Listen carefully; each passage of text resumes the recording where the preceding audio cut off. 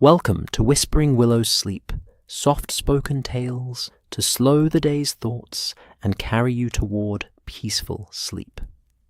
Before we begin, tell me where in the world you're listening from tonight, and, if you wish, what's on your mind. I read every note and love keeping quiet company across distances. If this brings you peace, a like and subscribe will help me make more nightbound stories. And if you'd like to support even further, you can buy me a coffee through the link in the description. Now, settle in, get comfortable, and breathe with me as we begin. The fog clung to London like a lover reluctant to leave, its tendrils caressing the cobblestones with a chill that spoke of winter's deepening embrace. Within that misty shroud, Victoria Station breathed steam and anticipation into the December evening of 1895.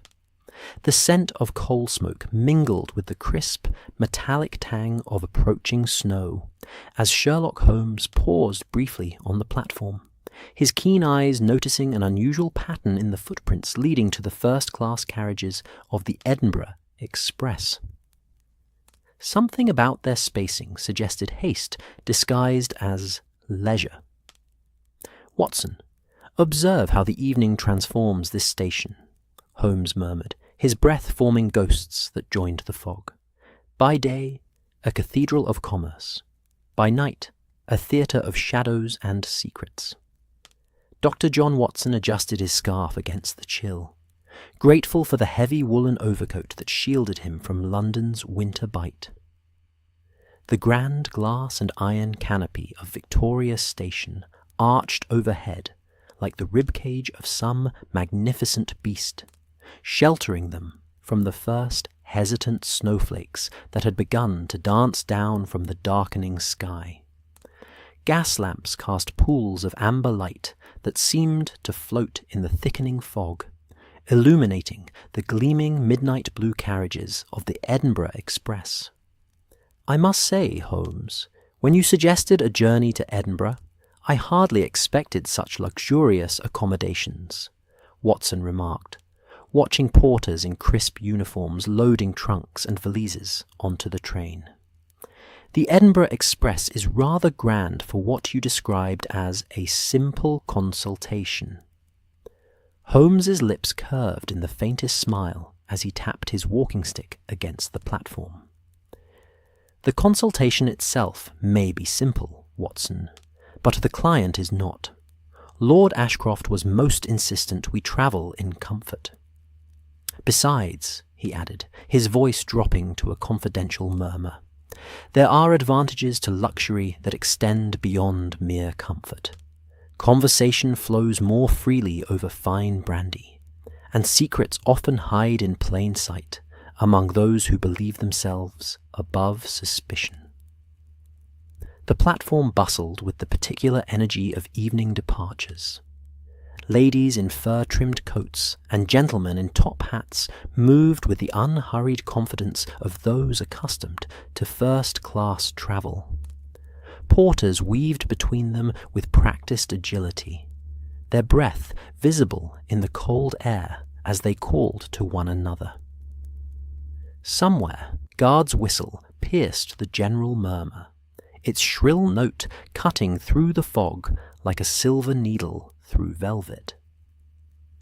10 minutes to departure, gentlemen," announced the uniformed attendant who approached them with a slight bow. "May I escort you to your compartment? The weather report suggests heavy snow further north, and the conductor wishes all passengers to board promptly." As they followed the attendant, Holmes's attention was drawn to a distinguished-looking gentleman stepping from a handsome carriage. The man wore an impeccable frock coat and carried a silver-topped cane, but most notable was the small leather case clutched firmly in his left hand. The case was secured to his wrist by a slender chain, an unusual precaution that caused Holmes to raise an eyebrow. "Sir James Weatherby," Holmes whispered to Watson, inclining his head slightly toward the man. "A collector of rare gems and antiquities. Interesting that he should be travelling north in such inclement weather. Watson, accustomed to his friend's encyclopedic knowledge of London society, merely nodded. "A client of yours previously?" "No," Holmes replied, his eyes still following Sir James. "But his collection of Burmese sapphires was the subject of an attempted theft last spring. A rather ingenious method involving trained songbirds, if I recall correctly." The Edinburgh Express stood magnificent against the platform, its polished brass fittings gleaming in the gaslight. 7 carriages of royal blue, trimmed with gold leaf that caught and reflected the amber glow of the station lamps.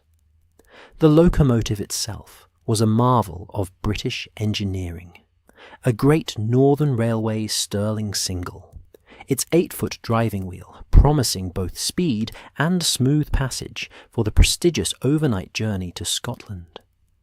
Their compartment exceeded even Watson's expectations. Mahogany panelling gleamed with the warm patina of countless polishings, while the seats were upholstered in deep green leather that yielded pleasantly as they sat. Brass reading lamps cast a gentle glow over the small space, and the window, though now reflecting only the interior due to the darkness outside, promised views of the countryside once daylight returned. "I must say, Holmes, Lord Ashcroft has been most generous," Watson remarked, settling into his seat as a porter arranged their luggage in the overhead rack. "Indeed. Though I suspect his generosity is proportional to his anxiety regarding this matter," Holmes replied, his long fingers already reaching for his pipe. He was remarkably vague in his telegram, simply mentioned concerns regarding family documents, and a matter of the utmost discretion. The compartment door slid open, revealing a steward in a crisp uniform. "Gentlemen, dinner will be served in the dining car 1 hour after departure. Would you care for refreshments in the meantime?" As Watson requested tea, Holmes's attention was drawn to voices in the corridor, one protestingly deferential, the other imperious and impatient. Moments later, a woman appeared briefly in their doorway, as if having paused to orient herself. She was perhaps 40, with intelligent eyes and a complexion that suggested time spent in warmer climates. Her travelling costume was expensively understated, and the brooch at her throat contained a stone that made Holmes narrow his eyes with interest. "Pardon me," she said, her accent placing her as educated, but not aristocratic. "I believe my compartment is further along." Before either man could respond, she had moved on, the faint scent of jasmine lingering briefly in her wake. Holmes's expression remained neutral, but Watson recognized the slight tilt of his head that indicated mental cataloguing. "An acquaintance?" Watson inquired. "No," Holmes replied, "but her jewellery suggests a connection to India, specifically Bombay, and the callus on her right middle finger indicates extensive writing. A journalist, or perhaps a novelist, recently returned from the subcontinent." The final boarding call echoed through the station, accompanied by increased activity in the corridor, as last-minute passengers hurried to find their compartments. Through their window, Holmes and Watson could see the platform attendants closing carriage doors and checking tickets. The station clock showed 5 minutes to 8. Departure time. A conductor moved down the corridor, checking tickets and making notes in a small leather-bound book. When he reached their compartment, Holmes presented their tickets with a courteous nod. "Thank you, sir," the conductor said, his eyes flickering with recognition as he noted Holmes' name. "Ah, Mr. Holmes. An honour to have you aboard, sir. Weather reports indicate substantial snowfall north of Birmingham. We may experience some delays, but Captain Morris is experienced with winter conditions. Captain Morris? Watson inquired. The driver, sir. 20 years on the northern routes. If anyone can navigate this weather, it's him. The conductor touched his cap respectfully before moving to the next compartment. The final whistle blew, its sound muffled by the increasingly heavy snowfall outside. With a barely perceptible jerk, the Edinburgh Express began to move, steam billowing past their window as the great wheels engaged. Victoria Station began to slide away, its gas lamps creating islands of light in the foggy darkness. London itself seemed to be dissolving into the winter night. The familiar outlines of the city softened and made mysterious by snow and fog. As the train gathered speed, Holmes leaned back in his seat, steepling his fingers beneath his chin, a posture Watson knew well from their Baker Street rooms. It signalled contemplation, the sorting and arrangement of observations that others might have missed entirely. 7 passengers of note, excluding ourselves, Holmes said after several minutes of silence. Sir James Weatherby, with his secured case, the lady writer from India, a clergyman whose shoes suggest he walks much more than his sedentary appearance would indicate, a military man, colonel, or perhaps a major, recently returned from Africa, a young couple who claim to be married but wear rings too new to support a union of more than a month, and a gentleman with ink-stained fingers who clutches his portfolio as if it contained state secrets. Watson shook his head in familiar amazement. Holmes, we've barely boarded the train. Observation, Watson, is a habit best practiced continuously, Holmes replied, the corners of his mouth lifting slightly.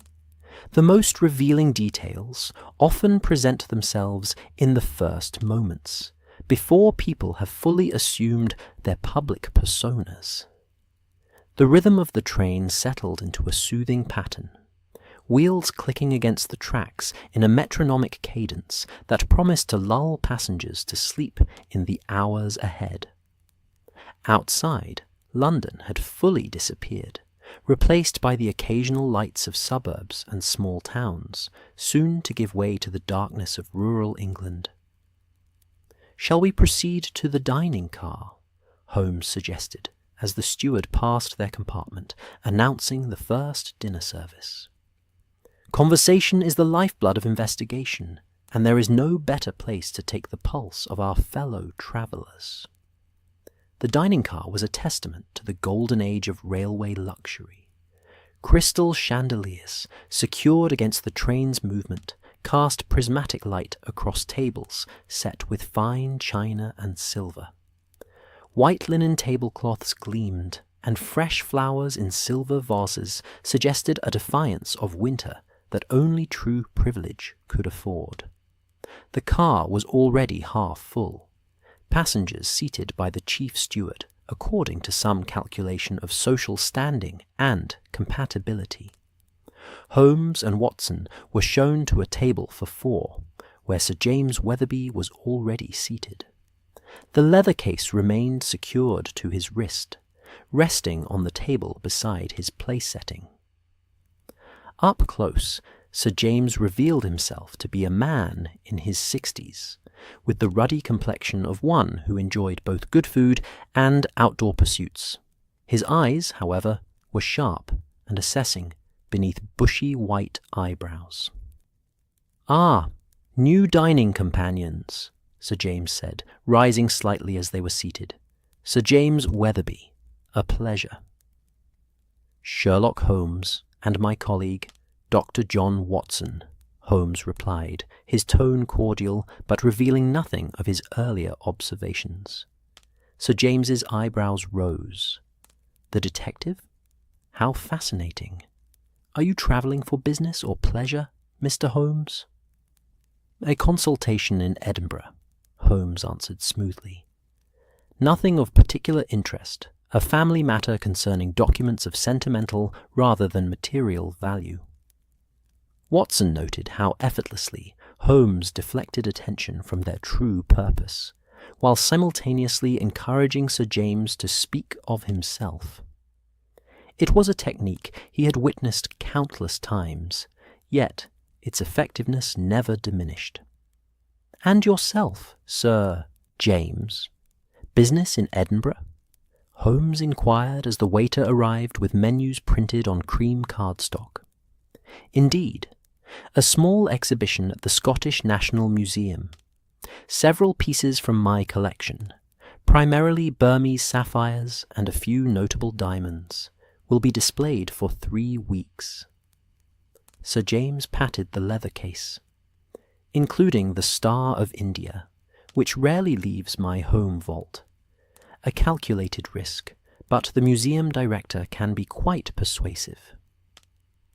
As Sir James spoke, the 4th chair at their table was taken by the woman they had glimpsed earlier.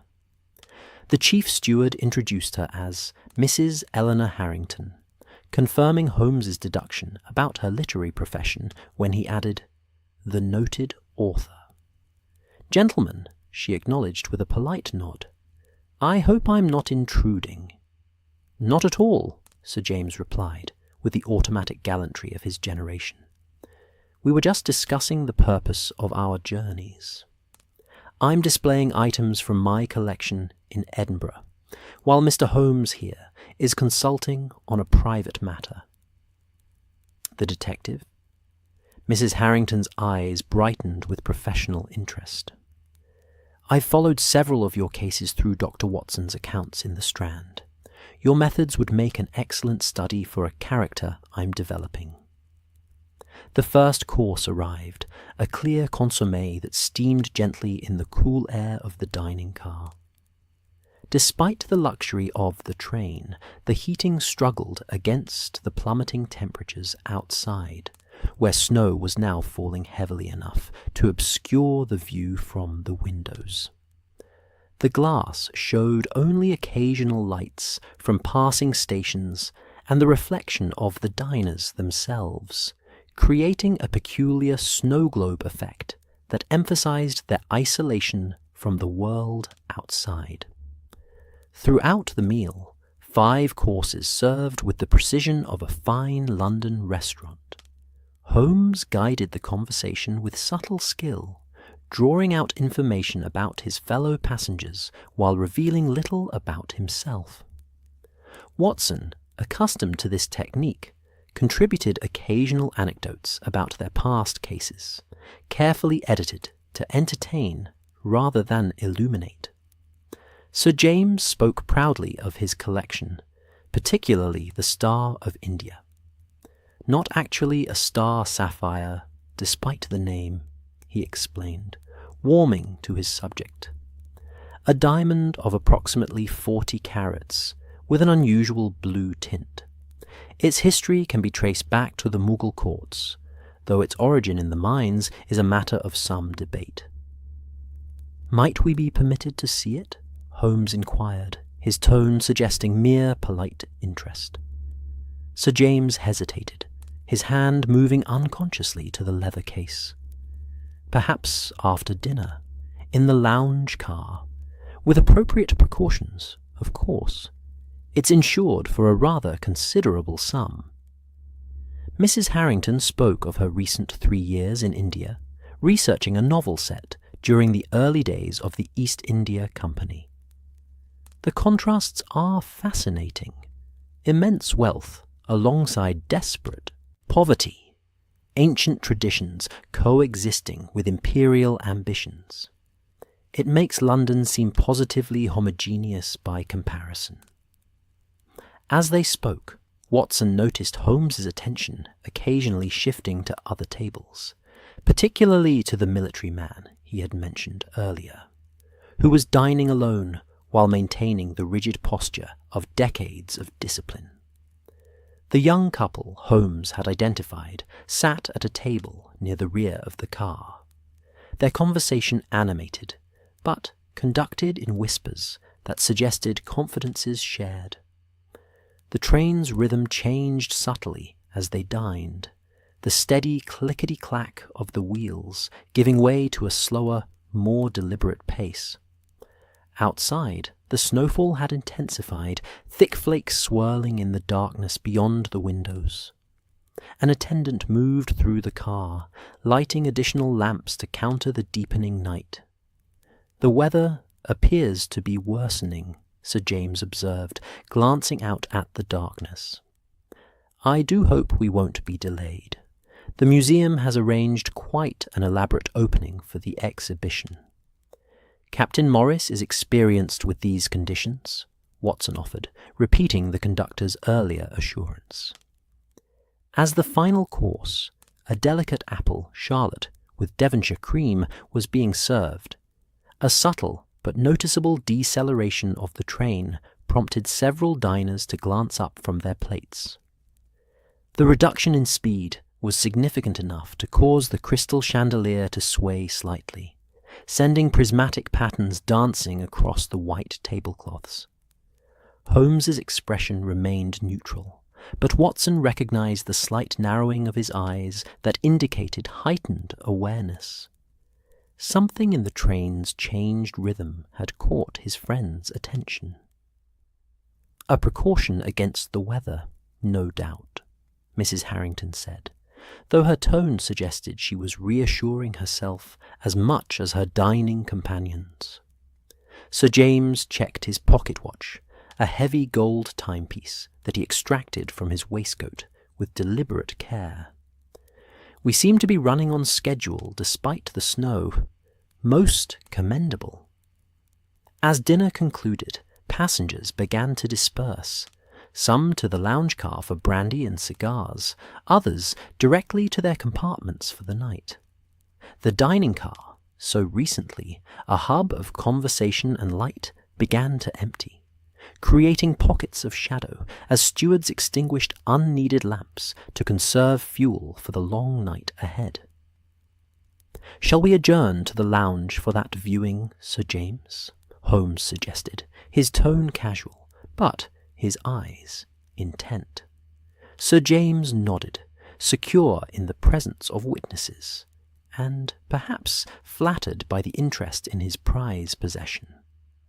"By all means. A small cognac would not go amiss after such a meal, and the star does show the best advantage in lamplight." As they made their way toward the lounge car, Watson noticed the increased labour of the locomotive. The train was moving distinctly slower now, and the sound of the wheels had changed from a rhythmic clicking to a more strenuous churning. Through the windows of the connecting passage between cars, he caught glimpses of snow being thrown up alongside the track, no longer falling gently but driving horizontally in what appeared to be the beginnings of a genuine blizzard. The lounge car maintained the luxury of the dining car, but with a more intimate atmosphere. Leather armchairs were grouped around small tables, with reading lamps creating pools of warm light.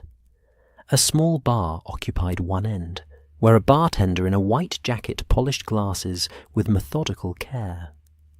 The car was half full, passengers settled with after-dinner drinks and quiet conversations. Sir James selected a corner table, positioning himself with his back to the wall, a precaution that Holmes noted with a slight nod of approval. Once they were seated and had ordered brandies, Sir James finally unclasped the chain from his wrist, placing the leather case on the table before him. "Gentlemen and lady, I present the Star of India," he announced, his voice pitched low but carrying enough to draw the attention of nearby passengers. The case opened with a soft click, revealing a velvet interior in midnight blue. Nestled in its center lay a diamond approximately the size of a small walnut, cut in an older style that emphasized depth over brilliance. As Sir James had described, it possessed an unusual blue tint, subtle but distinctive in the lamplight. The stone seemed to gather the light, concentrating it before releasing it in controlled flashes as Sir James turned the case slightly.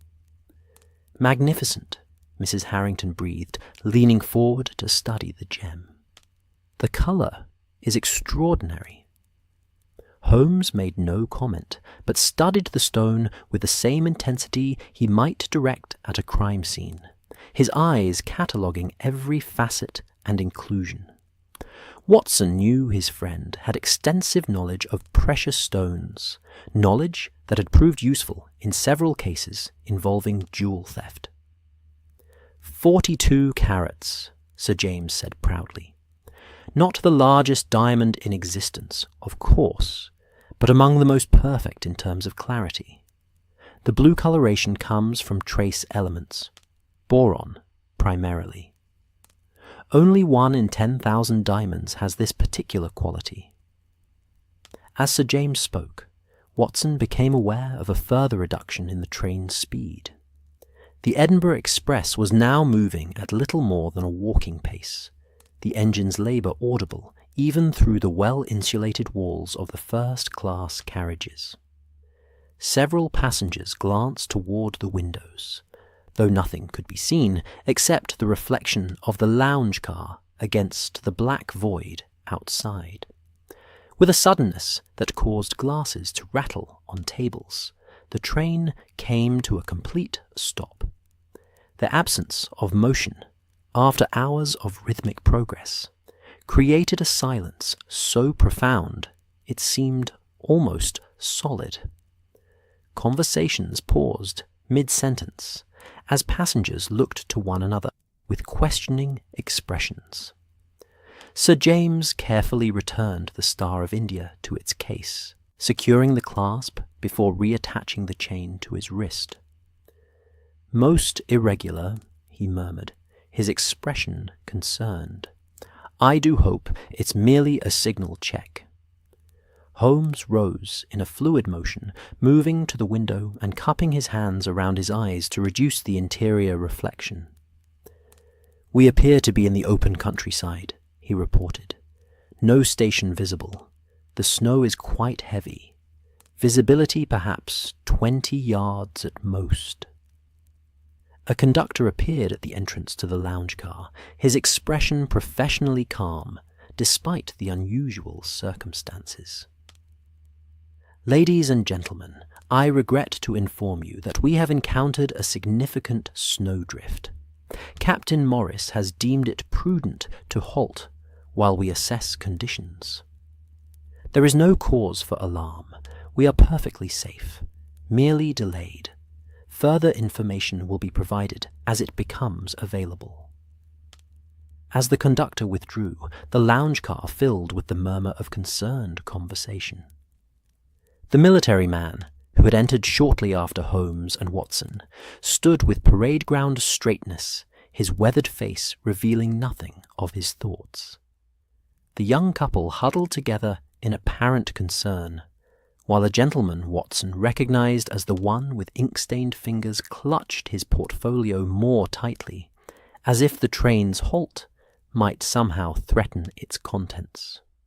"It appears, Watson," Holmes said quietly as he resumed his seat, "that our journey to Edinburgh may be more prolonged than anticipated." His eyes moved deliberately around the lounge car, studying each passenger with methodical care. And perhaps more interesting as well. Watson followed his friend's gaze, noting the varied reactions to their unexpected halt. Concern, resignation, irritation, and in one or two faces, a calculation that seemed out of place. The Edinburgh Express had become, in that moment of enforced stillness, a world unto itself, isolated in the winter night, surrounded by snow and darkness, with no immediate prospect of assistance or escape.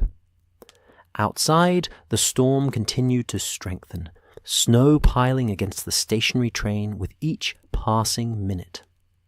Inside, the passengers of the Edinburgh Express settled into an uneasy wait, unaware that within hours their snowbound confinement would be complicated by the discovery of a daring theft. As darkness settled fully over the halted Edinburgh Express, an almost preternatural quiet descended upon the train. The constant rhythm of wheels against tracks, which had formed the soundtrack of their journey thus far, was replaced by the occasional creak of the carriages settling in the cold and the distant howl of wind across the snow-laden landscape. Within the lounge car, passengers adjusted to this new reality with varying degrees of acceptance. "Ladies and gentlemen," announced the chief steward, appearing in the doorway with practiced composure, "the conductor has informed me that we are likely to remain stationary for some hours. The dining car will remain open for light refreshments, and sleeping compartments are, of course, prepared for your comfort. We apologize for this inconvenience and assure you that all possible steps are being taken to resume our journey. Sir James Weatherby," his hand never straying far from the leather case containing the Star of India, frowned slightly. "Most irregular. I've travelled this route a dozen times and never encountered such a delay."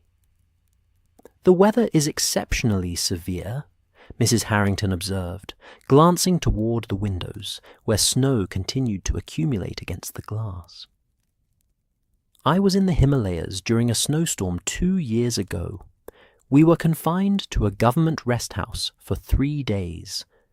One learns patience in such circumstances." Holmes, who had been silently observing their fellow passengers, turned his attention back to their small group. "Indeed, Mrs. Harrington, confinement often reveals character in ways that freedom conceals.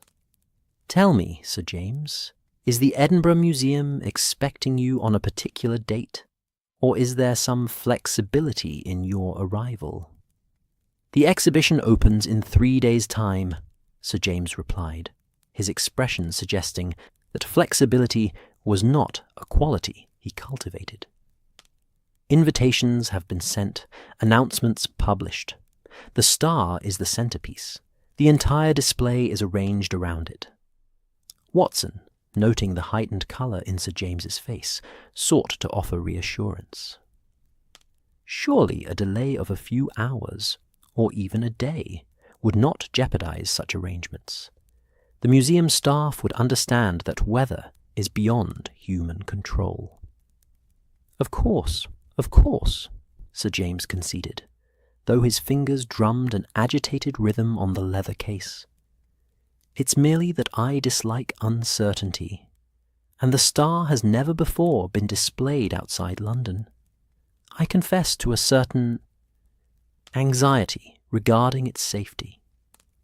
"A reasonable concern," Holmes acknowledged, his tone suggesting nothing beyond polite interest. "Though I imagine your security arrangements are thorough." "The most advanced available," Sir James confirmed with a nod.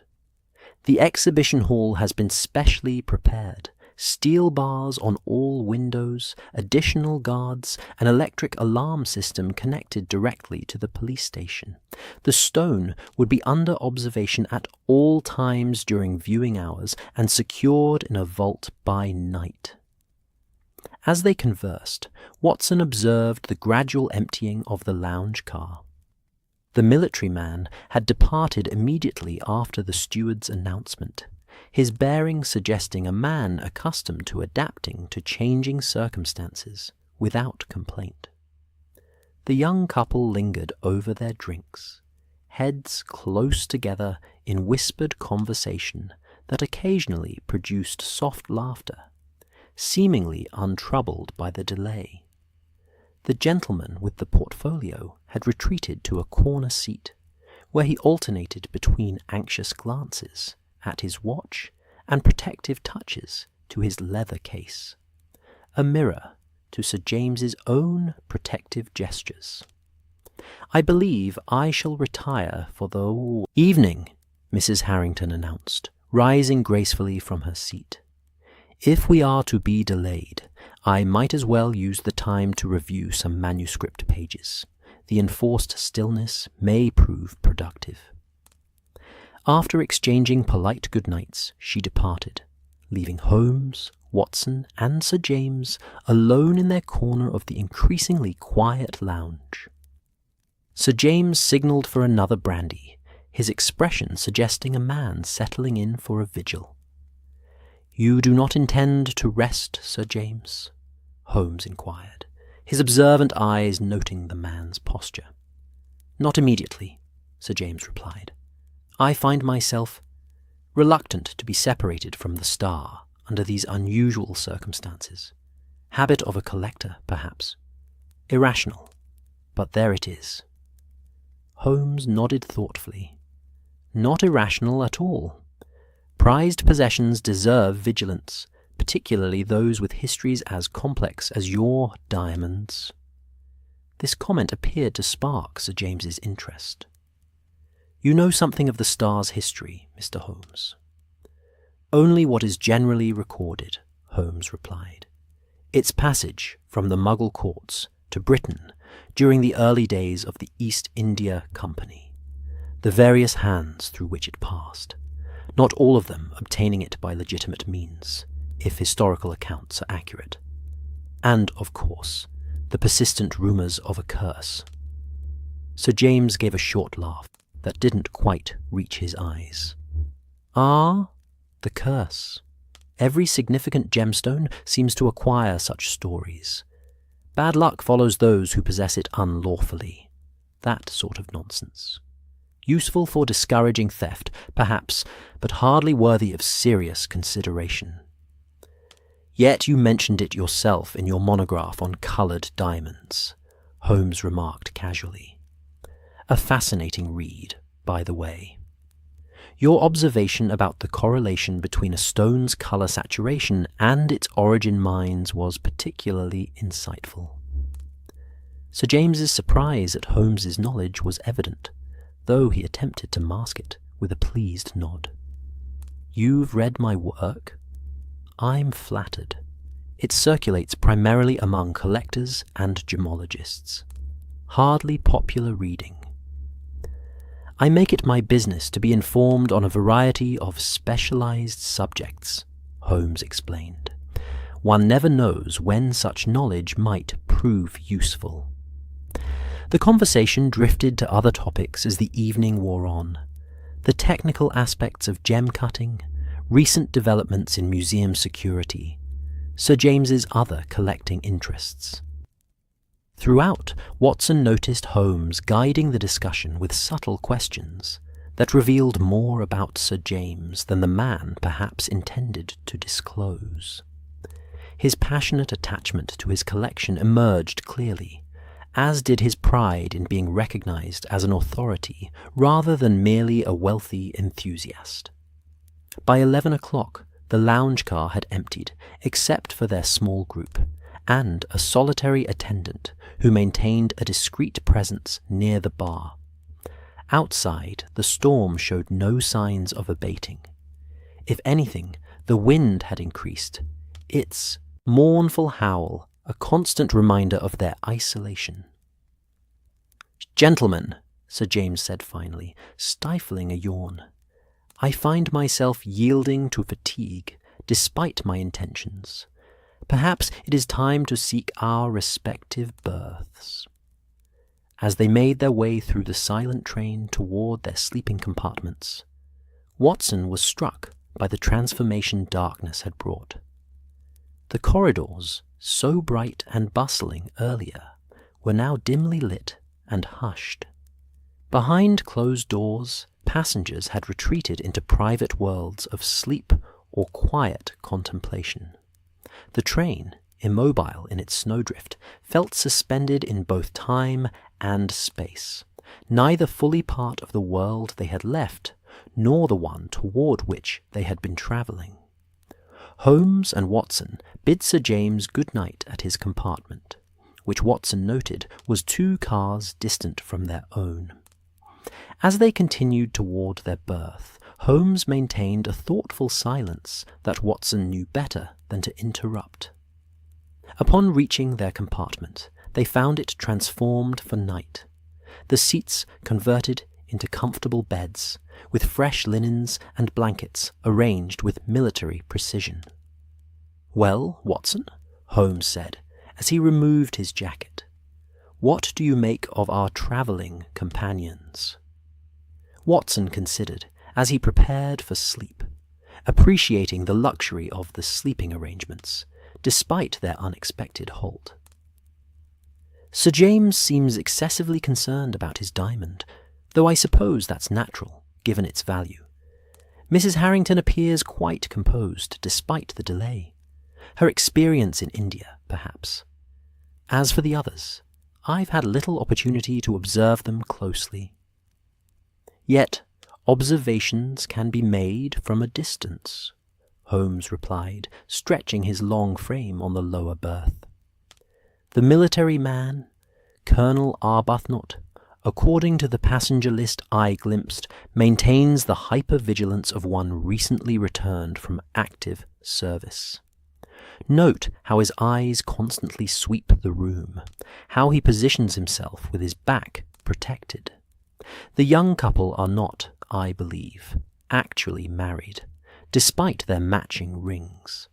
There is a tentativeness in their interactions that suggests a relationship in its early stages, possibly an elopement given their anxiety when the conductor examined their tickets." "And the man with the portfolio?" Watson inquired, settling into the upper berth. "Ah, him." Holmes steepled his fingers beneath his chin. "Mr. Edward Finch, according to the same passenger list. His hands suggest a draftsman or architect, calluses consistent with precision drawing tools. The portfolio likely contains designs of some significance, given his reluctance to part with it even momentarily. His frequent consultations of his watch indicate an appointment with a deadline attached. Interesting, though perhaps not relevant to our immediate concerns." Watson propped himself up on one elbow. "And what exactly are our immediate concerns, Holmes? We were bound for Edinburgh to consult with Lord Ashcroft about family. Documents. How does that connect to this unexpected delay or your evident interest in Sir James and his diamond?" Holmes smiled in the dim light of their compartment. Watson, always seeking the direct connection. Sometimes the most interesting cases present themselves when we least expect them. I have no specific concern at present, merely a collector's interest in unusual situations and the human behaviors they produce. Now, I suggest we rest. Tomorrow may prove more eventful than anticipated. With that cryptic comment, Holmes turned off the small reading lamp, plunging their compartment into darkness, relieved only by the faint glow of moonlight reflecting off snow through the window blind. Despite the strange circumstances, Watson found himself drifting towards sleep, lulled by the quietness of their immobile train and the reassuring presence of his friend. He awoke to grey daylight filtering through the blinds and the unusual sensation of perfect stillness. For a moment he was disoriented. Accustomed to the gentle rocking motion of train travel, the absence of movement seemed wrong somehow. Then memory returned. The snowdrift, their unexpected halt, the evening's conversations. Holmes was already awake, fully dressed, and peering out through a gap in the blinds. "Good morning, Watson. I trust you slept well, despite our stationary circumstances." Watson sat up, careful not to bump his head on the low ceiling of the upper berth. "Well enough. Any news on our situation?" "I've been awake for some time and have made certain inquiries," Holmes replied.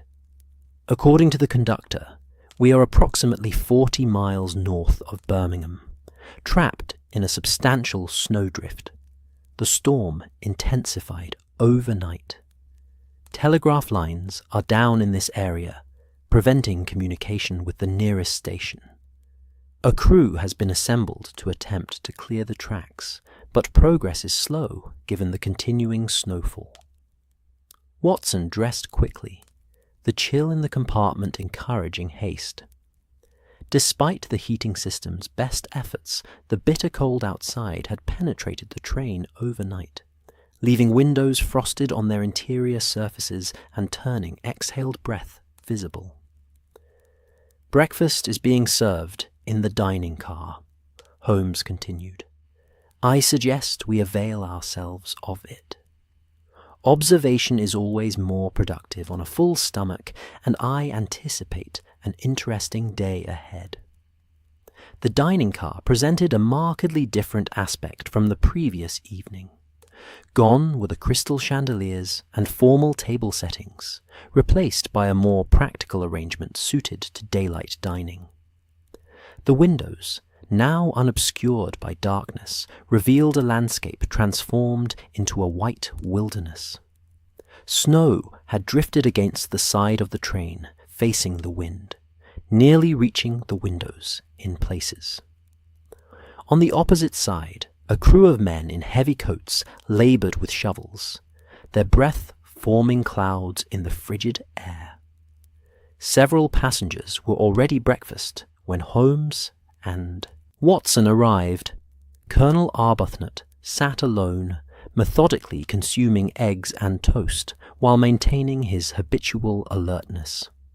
The young couple occupied a table near the centre, their conversation more subdued than the previous evening. Sir James had not yet appeared, nor had Mrs. Harrington. Mr. Finch sat hunched over papers spread beside his plate, seemingly more interested in his work than his meal.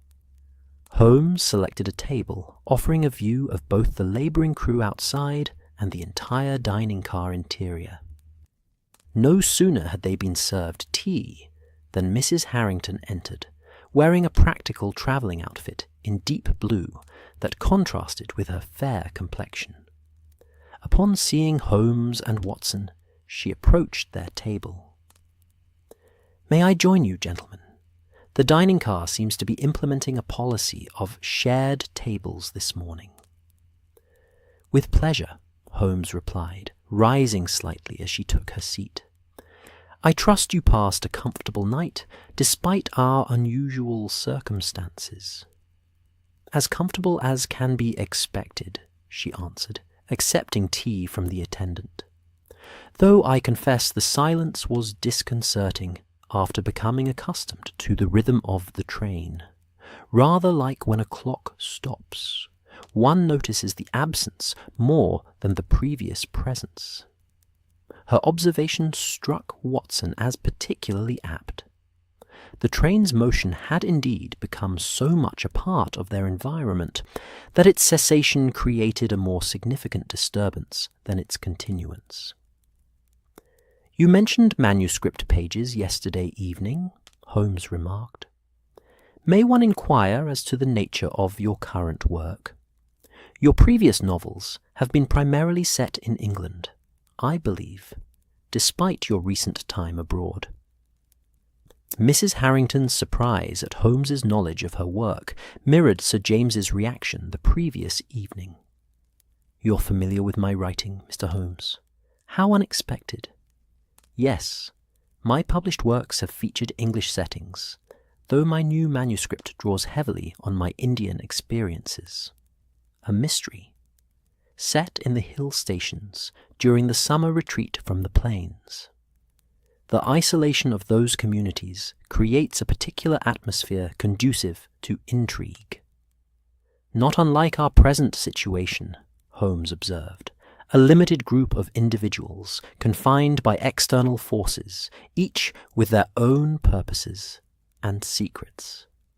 Mrs. Harrington studied him with increased interest. Precisely. You've identified exactly what draws me to such settings in fiction. They provide a natural crucible for character revelation. Are you a literary enthusiast, Mr. Holmes? I appreciate the well-constructed narrative in any form, Holmes replied. Your own work shows a particular attention to the details of environment and social dynamics that I find commendable. The background of local politics in The Vicarage Secret was especially well researched. Their conversation was interrupted by the arrival of Sir James, who appeared somewhat less composed than the previous evening. His usual immaculate appearance showed signs of hasty preparation, and dark circles beneath his eyes suggested a night of limited rest. "Good morning," he said, joining their table without waiting for an invitation. His leather case remained secured to his wrist. "Any word on when we might expect to resume our journey? This delay becomes increasingly problematic. The crew appears to be making steady, if slow, progress," Holmes replied, gesturing toward the window. "Though I understand additional challenges exist beyond the immediate snowdrift. Damaged tracks further north that require inspection before travel can safely resume." Sir James's expression darkened. "Damaged tracks? That wasn't mentioned yesterday. Where did you hear this?" "A conversation between crew members," Holmes answered smoothly.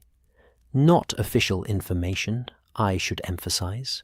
Merely an overheard comment that may or may not be accurate." This did nothing to alleviate Sir James's evident anxiety. Throughout breakfast he remained distracted, his gaze repeatedly drawn to the window, where the labourers continued their seemingly endless battle against the snow. His hand rarely strayed from the leather case, and he started visibly when a particularly strong gust of wind caused the train to creak and settle. As they were finishing their meal, the conductor entered the dining car, his expression suggesting news to impart.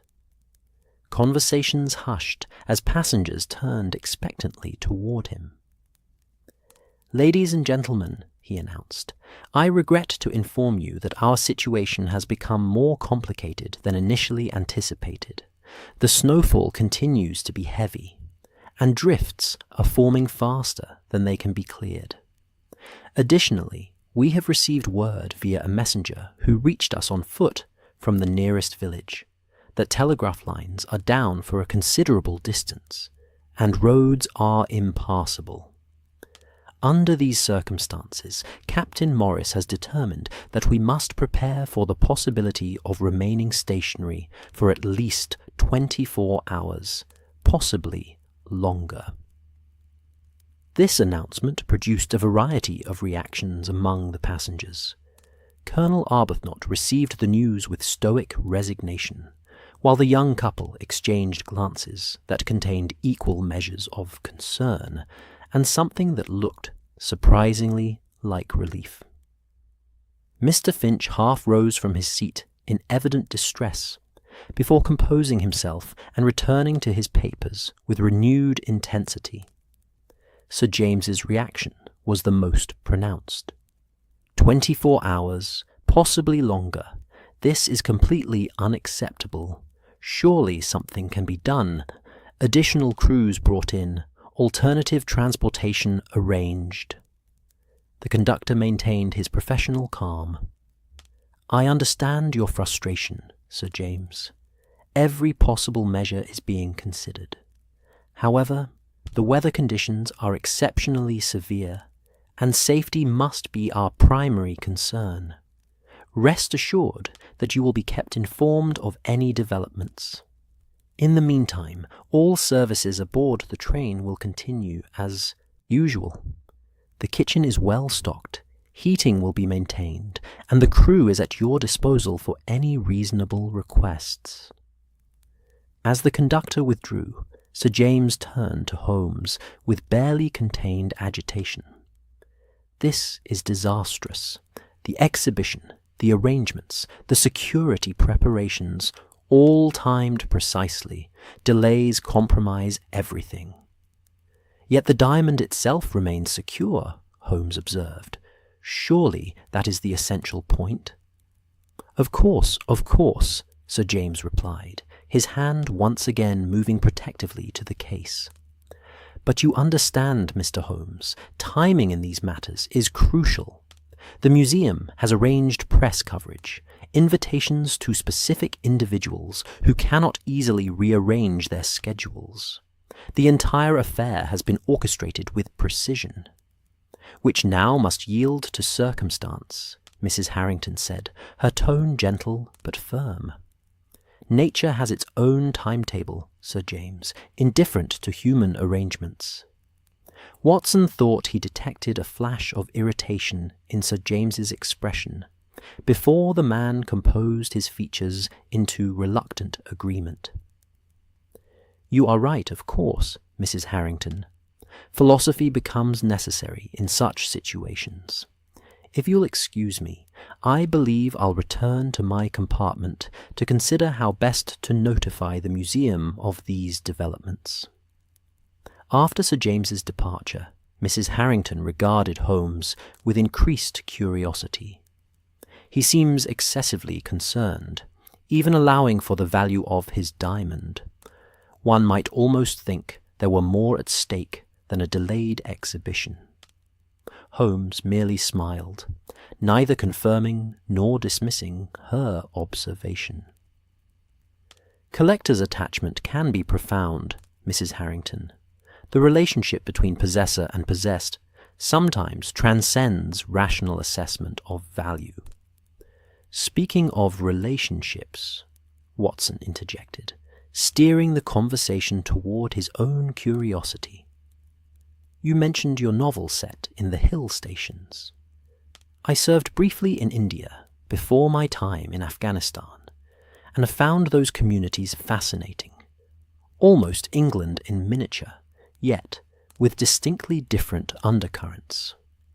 Mrs. Harrington welcomed this change of subject, speaking with evident passion about her research and the social dynamics she had observed during her time in India. As their conversation continued, Watson noticed Holmes's attention occasionally drifting to their fellow passengers, cataloguing movements, expressions, and interactions with his customary thoroughness. The morning passed in this manner, conversations ebbing and flowing as passengers adjusted to their confinement. Outside, the snow continued to fall, though with less intensity than during the night. The work crew rotated in shifts, their progress frustratingly slow against the seemingly endless white expanse. By midday, a routine of sorts had established itself aboard the stranded train. The dining car became a de facto gathering place, while the lounge car offered more private conversations in its secluded corners. Some passengers remained in their compartments, emerging only for meals. The crew maintained their professional demeanour, though Watson detected increasing strain in their forced cheerfulness as the hours passed. Holmes and Watson spent much of the day in purposeful movement through the train, Holmes initiating conversations with various passengers and crew members in his deceptively casual manner.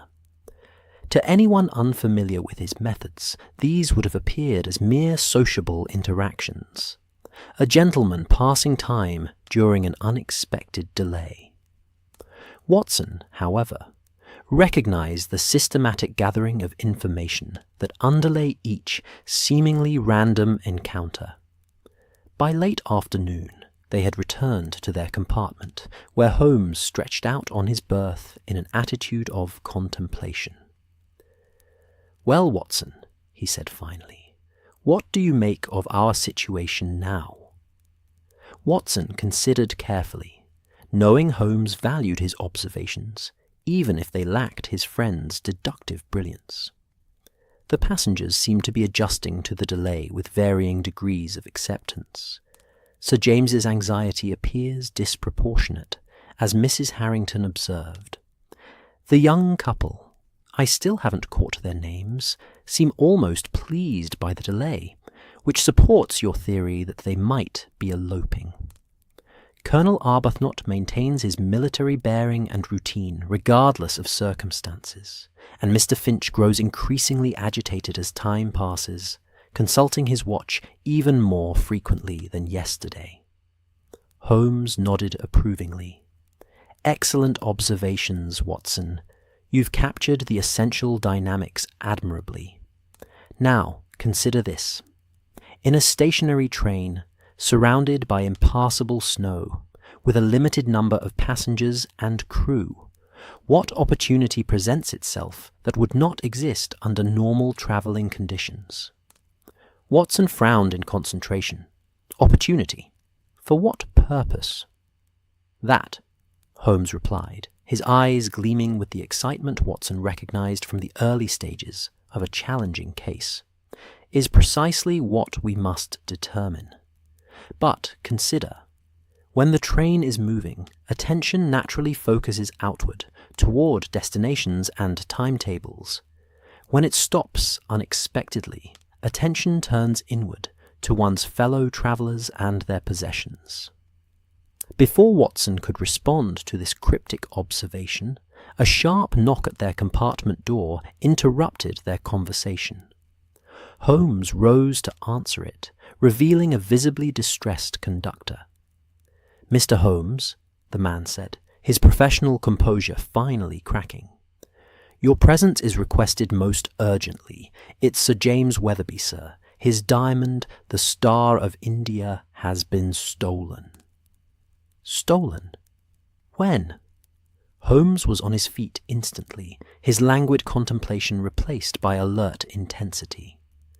The transformation was so complete that the conductor took a small step backward, momentarily startled. "Sir James discovered the theft approximately 15 minutes ago, sir," the conductor replied, regaining his composure. He had retired to his compartment after luncheon for a short rest. Upon awakening, he found the case still attached to his wrist, but the diamond missing from within. "He's quite beside himself." Holmes nodded briskly. "Watson, come along. This promises to be most illuminating." To the conductor, he added, "Take us to Sir James immediately, and please ensure that all passengers and crew remain where they are. No one is to leave the train under any circumstances." The conductor led them swiftly through the silent corridors of the stationary train. Outside the windows, twilight was settling over the snow-covered landscape, turning the white expanse to lavender and deepening the shadows between drifts. The storm had eased somewhat, though occasional gusts still sent flurries swirling against the glass. Sir James's compartment was located in the first-class sleeping car, 2 carriages ahead of Holmes and Watson's berth. As they approached, they could hear Sir James's agitated voice even before the door slid open. "Absolutely unprecedented. The security of this train is clearly inadequate. I demand immediate action." The compartment presented a scene of careful disorder. Unlike the chaotic destruction that often accompanied theft, this space showed signs of methodical searching. Sir James's luggage remained largely undisturbed, but the leather case, now unshackled from his wrist and lying open on the fold-down table, had been precisely emptied. The midnight blue velvet lining showed a distinct impression where the Star of India had rested, but the gem itself was conspicuously absent. Sir James himself appeared considerably more dishevelled than the compartment. His collar was askew, his hair disarranged from repeated agitated raking of fingers, and his complexion had acquired a mottled flush that suggested dangerously elevated blood pressure. "Mr. Holmes, thank Providence you're aboard," Sir James exclaimed upon seeing them. "A most heinous theft has occurred. The star, my diamond, stolen while I slept. The case remained locked and chained to my wrist. Yet somehow the stone has vanished." Holmes surveyed the compartment with his characteristic thoroughness, his keen eyes taking in details that others might overlook. "You discovered the theft upon awakening from your rest?" "Precisely," Sir James confirmed, pacing the small space in evident distress. "I had secured the case, as always, before allowing myself a brief nap. The chain was fastened to my wrist," he demonstrated with the slender gold chain, "and the case locked with its key, which remained in my waistcoat pocket. Upon awakening perhaps an hour later, I found the case still secured, but empty of its contents." "And you are certain the diamond was in the case when you retired?" Holmes inquired, examining the case's interior without touching it. "Absolutely certain. I checked it, as is my invariable habit, before securing the case. The star was there, precisely as it should be." Holmes nodded thoughtfully. "And the case itself, you found it locked when you awoke?" "Locked and still attached to my wrist," Sir James confirmed, his expression darkening. "Which means the thief must possess either extraordinary skill or a duplicate key." Holmes bent to examine the lock more closely, producing a small magnifying glass from his pocket. After several moments of careful scrutiny, he straightened. "This lock shows microscopic scratches consistent with expert manipulation, what might be termed picking in less refined circles. No duplicate key was used." "But how?" Sir James demanded, gesturing to the confined space. "I was here, sleeping in this very spot. How could anyone enter, pick a lock mere inches from my person, remove the diamond, and depart without waking me? It defies rational explanation." "Perhaps not," Holmes replied calmly. "Watson, as our medical authority, would you kindly examine Sir James? With his permission, of course." Confused but compliant, Sir James submitted to Watson's brief examination. Watson checked his pulse, examined his pupils, and noted his general condition before addressing Holmes. Slightly elevated heart rate, consistent with his agitated state. Pupils normal, though perhaps somewhat dilated. Nothing immediately remarkable beyond the stress of the situation. Holmes nodded, as if this confirmed something he had already suspected. "Sir James, did you consume anything immediately before your rest? Tea, perhaps? Or a small brandy?" "Tea," Sir James replied, momentarily diverted from his distress by this unexpected line of questioning. "The attendant brought it shortly after I returned to my compartment. I always take tea in the afternoon, a habit from my years in Ceylon." "And did you notice anything unusual about this tea? The taste, perhaps, or an unexpected effect afterward?" Sir James frowned in concentration. "Now that you mention it, there was a slightly bitter aftertaste that I attributed to the water. Train services often have difficulties maintaining proper tea standards, and I did fall asleep rather more quickly and deeply than is my custom. But surely you don't suggest. Was your tea doctored? It seems the most probable explanation for how a thief could operate so close to you without triggering an alarm," Holmes concluded. "A mild sedative. Nothing dangerous, but sufficient to ensure unusually deep sleep. Watson, would you agree with this assessment?" "Entirely possible," Watson confirmed. "Several common sedatives produce precisely the effect Sir James describes. A bitter aftertaste easily masked by strong tea, followed by rapid, and profound sleep. The absence of grogginess or other side effects now suggests a relatively mild formulation, professionally administered. Sir James sank onto the edge of his berth, the implications of this analysis clearly disturbing him further. You're suggesting this was not a crime of opportunity, but a carefully planned theft? That someone targeted the star specifically? It appears so, Holmes agreed. The execution shows expertise and preparation. Tell me, who aboard this train knew you were carrying the Star of India?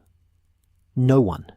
That is, no one specifically, Sir James amended, running a hand through his already disordered hair. I mentioned the exhibition to several fellow passengers during dinner last evening, including yourselves and Mrs. Harrington. But I didn't display the star until later, in the lounge car, and then only briefly. Who was present for that display? Holmes inquired, his expression thoughtful. Yourselves, Mrs. Harrington, that military fellow, Arbuthnot, I believe, the young couple whose names escape me at present, and possibly the man with the portfolio. I can't recall precisely. Holmes nodded, making mental notes. And prior to boarding the train, did you speak of your journey or its purpose to anyone in London? Well, naturally, the museum officials knew of the transportation arrangements, and I suppose I mentioned it at my club, the Explorers, in Mayfair. Nothing detailed, merely that I was conveying items to Edinburgh for exhibition. Standard conversation. Including the star specifically, Holmes pressed. I may have mentioned it, Sir James admitted reluctantly. It's my most significant piece, after all. Holmes exchanged a glance with Watson, who recognized the slight narrowing of his friend's eyes that indicated a productive line of inquiry. When did you last see the attendant who brought your tea? I haven't seen him since. A young man, dark-haired, quite solicitous, Sir James replied, his brow furrowing. But surely the train staff are above suspicion. They're carefully selected, their references examined. No one is above suspicion until proven so, Holmes stated flatly. Conductor, is there a complete roster of all staff aboard this train? I would like to examine it immediately. The conductor, who had remained by the doorway throughout this exchange, nodded quickly. Yes, Mr. Holmes. I can provide that directly. All staff underwent standard checks before employment, I assure you. Nevertheless, Holmes replied, I would like to verify each person's identity and assigned duties, particularly anyone who might have had access to Sir James's compartment during the relevant time frame. As the conductor departed to fetch the requested information, Holmes turned his attention back to the leather case. Most interesting, he murmured, more to himself than to the others. The lock was picked with exceptional skill, yet the case left otherwise undisturbed. No attempt to hide the theft, suggesting either confidence that discovery would come too late for action, or what, Holmes? Watson prompted when his friend's voice trailed off. Or a desire for the theft to be discovered while we remain snowbound, Holmes concluded. An interesting psychological element, wouldn't you agree? The thief could have simply taken the entire case, which might have delayed discovery until Sir James reached Edinburgh. Instead, only the diamond was removed, ensuring the theft would be detected while we remain isolated. Almost as if the thief wanted to observe the reaction, Watson suggested, following Holmes's reasoning. Precisely, Watson. The psychology suggests someone who derives satisfaction not merely from possession of the stolen item, but from witnessing the consequences of their action. Such a person would likely remain close, observing the aftermath with concealed pleasure. Sir James looked from Holmes to Watson with growing alarm. "Are you suggesting the thief is still aboard, that I might encounter them face to face?" "It is virtually certain," Holmes confirmed. "Given our snowbound state, no one has left the train since our halt.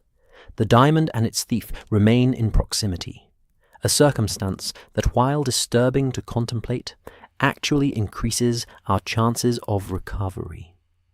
Sir James appeared hardly comforted by this assessment. "But what motive? The star is virtually unsaleable in its current form, too recognizable, too well documented. Any attempt to sell it intact would immediately identify the thief." "There are markets for such items," Holmes replied, his tone somber. "Certain collectors acquire pieces without concern for provenance, particularly in the East.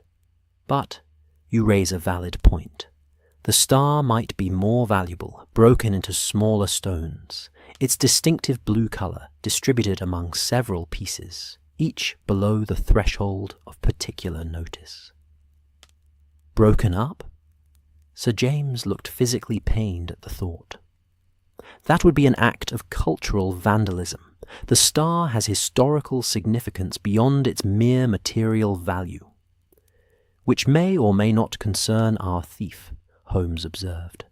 "But time is of the essence if we wish to prevent such an outcome. Watson, remain with Sir James while I make a preliminary examination of the train. The conductor should return shortly with the staff roster. When he does, have him send word to the captain that no one, absolutely no one, is to leave this train under any circumstances until further notice." With that, Holmes departed, leaving Watson to manage Sir James's continuing distress. The gem collector had begun another circuit of the small compartment, muttering about security precautions and the irreplaceable nature of his stolen diamond. "I've brought it safely through 2 continents," he lamented, "protected it during transport across oceans, maintained its security through countless exhibitions, only to have it stolen from under my very nose, quite literally, while on a British railway. The indignity of it, the sheer audacity." "Holmes will recover it," Watson assured him, with more confidence than he entirely felt. "His methods are unorthodox, but remarkably effective. I've seen him solve cases with far fewer advantages than this one presents." "Advantages?" Sir James repeated incredulously. "What possible advantages exist in this situation?" "A closed environment with a limited number of suspects," Watson explained, drawing on his experience of Holmes's methods. "No possibility of the thief escaping while we remain snowbound. Physical evidence that hasn't been disturbed by outside interference. And Holmes himself, whose observational skills far exceed what you may have gathered from published accounts." Sir James seemed somewhat mollified by this analysis, settling into a chair with a heavy sigh. "I suppose there's wisdom in that perspective. And I must acknowledge the unexpected fortune of having Sherlock Holmes aboard at precisely the moment his services are most needed. Almost providential, one might say." Watson murmured agreement, though privately he wondered about this confluence of circumstances. Holmes had mentioned a consultation in Edinburgh regarding documents, yet seemed unsurprised by the development of a more intriguing case aboard the train itself. Such coincidences often proved, in Watson's experience, to have explanations beyond mere chance. The conductor returned with the requested staff roster, a neatly written list of names, positions, and brief descriptions. Watson accepted it with thanks, noting that it would likely provide Holmes with useful information when he returned from his initial survey of the train.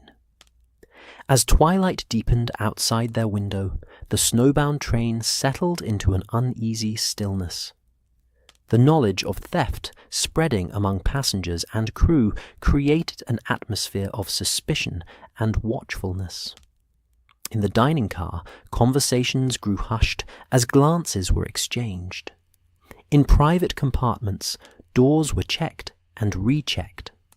Throughout the elegant carriages of the Edinburgh Express, the comfortable luxury of first-class travel had been transformed by the presence of crime into something more primitive, a tribe suddenly aware of a predator in its midst. Holmes returned after approximately 40 minutes, his expression revealing nothing of what he might have discovered during his absence. He accepted the staff roster from Watson with a nod of thanks, scanning it quickly before folding it into his pocket. "I've completed a preliminary examination of all public areas," he informed them, "most revealing, though primarily for what was not found. The diamond is not in any obvious location, nor has it been hastily discarded. Both outcomes I considered unlikely, given the professionalism evident in the theft itself." "Then where is it?" Sir James demanded. "Surely, in the confined space of this train, a systematic search would reveal its location." "That depends entirely on the thief's ingenuity," Holmes replied. "A diamond, even one of the star's size, can be concealed in countless ways. More importantly, a premature search of private compartments would alert our culprit that we are closing in, potentially prompting desperate action. No, we must proceed more subtly." "What do you suggest?" Sir James asked, clearly struggling to maintain his composure. "First, we maintain the appearance of a normal routine as much as possible. You should take dinner in the dining car as usual, making no mention of the theft to fellow passengers. The conductor will discreetly inform the captain and senior staff of the situation, swearing them to secrecy for the present. Meanwhile, I shall continue my investigation in a manner unlikely to attract notice." Sir James looked dubious. "Pretend nothing has happened? Simply dine and converse, while my diamond is in the possession of some criminal aboard this very train? I'm not certain I can maintain such a facade." "Consider it a performance in service of recovery," Holmes suggested. "Every indication of normalcy increases our advantage. The thief, expecting alarm and obvious investigation, will be unsettled by apparent inaction. Unsettled thieves make mistakes." Watson recognized the strategy from previous cases. Holmes often allowed criminals to believe themselves undetected, using their false confidence to observe revealing behaviors and ultimately trap them. It was an approach that required patience and psychological insight, both qualities Holmes possessed in abundance. Sir James reluctantly agreed to follow Holmes's instructions, though his expression suggested he found the approach counter to his natural inclinations. He excused himself to wash and change for dinner, an attempt to restore his appearance to its usual, impeccable standard. When Sir James had moved to the small washroom attached to his compartment, Holmes leaned closer to Watson, speaking in a voice too low to carry. "The case grows more interesting by the moment, Watson. During my absence, I made several discoveries that narrowed our field of inquiry considerably." "What have you found?" Watson whispered, equally cautious. "Evidence that one of our fellow passengers is not who they claim to be," Holmes replied, his eyes gleaming with the intellectual excitement of the chase. "And a curious absence in the dining car pantry that corresponds precisely to our needs. But more than this I cannot say at present. The compartment walls have ears, metaphorically, if not literally. Before Watson could press for further details, Sir James returned, his appearance somewhat restored, though strain remained evident in his features. "I suppose I am as prepared as circumstances allow," he announced, with forced dignity. "Though how I am to maintain pleasant dinner conversation while my most valuable possession remains stolen is beyond my imagination." "Focus on observing rather than conversing," Holmes advised. "Watch your fellow diners with the attention you might give to a potentially valuable gemstone. Note reactions, exchanges, any behavior that seems inconsistent with what you observed yesterday. But do so discreetly. Become the observer rather than the observed." As they prepared to depart for the dining car, Holmes added one final instruction. "Watson, stay particularly alert to any mention of our present circumstances. The snowdrift, the delay, the isolation. The thief may reveal themselves through excessive interest in or unusual knowledge of our situation." With these words, they left Sir James's compartment and moved toward the dining car, where unsuspecting passengers were gathering for the evening meal. Outside, darkness had fully claimed the landscape, transforming the windows into perfect mirrors that reflected the interior of the train, while concealing the snow-covered world beyond. The effect heightened the sense of isolation. A self-contained world sealed against the winter night, harboring both the hunter and hunted in inescapable proximity. The dining car glowed with warm light that belied the growing tension aboard the Edinburgh Express. Crystal glasses caught and fractured the illumination from overhead lamps. White tablecloths gleamed with pristine formality, and silver cutlery reflected distorted images of diners' faces, all creating an illusion of normalcy that Holmes seemed determined to maintain. As they entered, Watson noted that most of their fellow passengers had already assembled, their conversations creating a gentle murmur that ebbed and flowed like a tide against shore. Sir James, despite Holmes's coaching, appeared distinctly uncomfortable. His usual confident bearing had given way to a stiffness that suggested enormous self-control. His eyes darted frequently to the other passengers, his gaze lingering just long enough to draw notice before shifting away. "Composure, Sir James," Holmes murmured as they were shown to their table, the same one they had occupied the previous evening. "Remember, you are merely experiencing the mild frustration of a delayed journey, nothing more."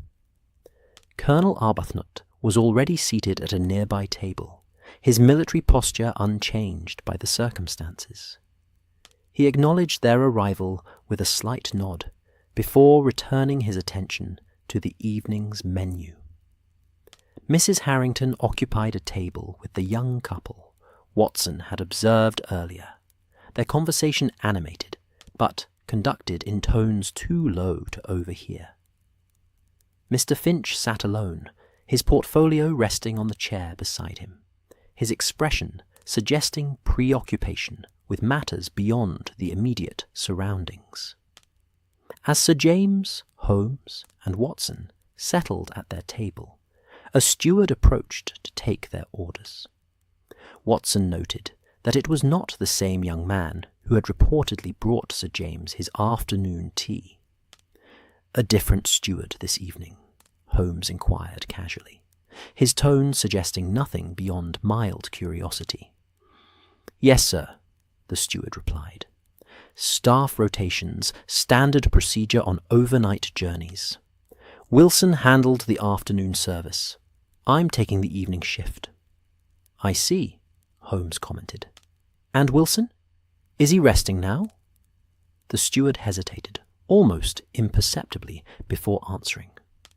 I believe he's assisting in the kitchen, sir, short-handed with the extra meal preparation required by our delay." Holmes nodded pleasantly, his interest apparently satisfied, though Watson recognized the calculated nature of the inquiry. As the steward departed with their orders, Mrs. Harrington rose from her table and approached them, her expression suggesting genuine concern. "Sir James, you look quite unwell," she observed, taking the empty fourth chair, without waiting for an invitation. "Is the delay affecting you so severely? Surely the exhibition can be postponed under these extraordinary circumstances." Sir James managed a tight smile that didn't reach his eyes. "Merely the frustration of interrupted plans, Mrs. Harrington. Nothing of consequence. I find it helps to view such delays as unexpected gifts of time," she continued, seemingly unaware of Sir James's discomfort. "I've managed to revise 3 chapters of my manuscript, work that would have been rushed had we maintained our schedule. Perhaps there's some productive use you could make of this enforced pause." "Perhaps," Sir James conceded, his fingers drumming a nervous rhythm on the tablecloth. Holmes smoothly redirected the conversation. "Your literary work must require considerable powers of observation, Mrs. Harrington. Do you find yourself analyzing your fellow travelers from a novelist's perspective during this delay?" Her eyes brightened at the question. "Constantly, Mr. Holmes. It's an occupational hazard. For instance, the young couple near my table. Notice how they lean toward each other when speaking, yet maintain a careful distance otherwise. Newly in love, but conscious of social observation. And Colonel Arbuthnot, his posture never relaxes, even when he believes himself unwatched.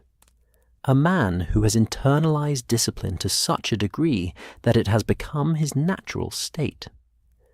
"And what of Mr. Finch?" Holmes inquired, nodding subtly toward the solitary diner with his portfolio.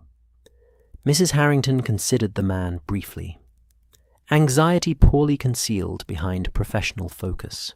He checks his watch approximately every 4 minutes. Whatever appointment he's missing holds significant consequences. The way he guards that portfolio suggests its contents are either valuable or incriminating, possibly both. Watson was impressed by the accuracy of her observations, which paralleled Holmes's own assessments from the previous day. Holmes himself seemed pleased, his expression showing the respect he reserved for those whose observational skills approached his own standards. "You have a discerning eye, Mrs. Harrington," Holmes acknowledged. "The ability to see beyond surface appearances is rare, even among those who make it their business to observe." She accepted the compliment with a slight inclination of her head. "Fiction requires truth at its core, Mr. Holmes. I merely practice noticing the small details that reveal larger patterns." Their dinner arrived, temporarily pausing the conversation. Watson observed Sir James making a valiant effort to appear normal, though he merely rearranged his food rather than consuming it. Holmes, by contrast, ate with apparent enjoyment, his demeanor suggesting nothing more pressing on his mind than appreciation of the chef's efforts. Mrs. Harrington had just resumed speaking when a commotion at the entrance to the dining car drew everyone's attention. A young steward, presumably the Wilson mentioned earlier, stood in the doorway, his uniform disheveled and his expression distressed. The dining car manager hurried toward him, their urgent whispered conference clearly concerning something beyond routine service matters. Holmes watched this exchange with sharp interest, though his expression remained neutral. After a moment, the manager nodded briskly, and Wilson disappeared back through the doorway. The manager then approached their table, bending to speak quietly to Holmes. "Mr. Holmes, sir, there's been an incident requiring your attention. If you would come with me."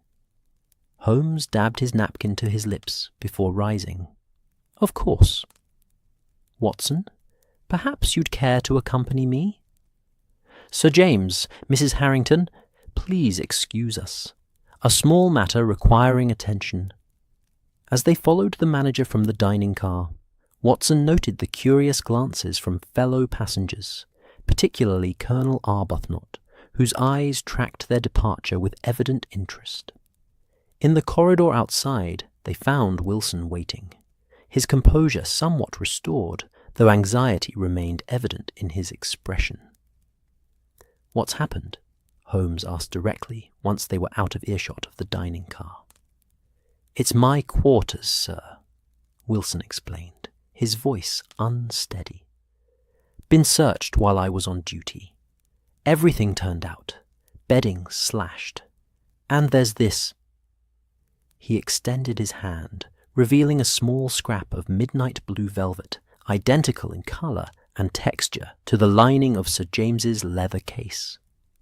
Holmes took the fabric, examining it closely before passing it to Watson. "Found among your belongings." "Tucked into my uniform jacket pocket, sir. The one hanging in my quarters, not what I'm wearing now." "I'd swear it wasn't there this morning." Holmes exchanged a significant glance with Watson. "Someone has gone to considerable effort to implicate you in a matter of some seriousness, Wilson. Tell me, did you serve Sir James Weatherby tea this afternoon?" Wilson's eyes widened. "Yes, sir. Around 2 o'clock. He asked for it special. Earl Grey with a slice of lemon, no milk or sugar."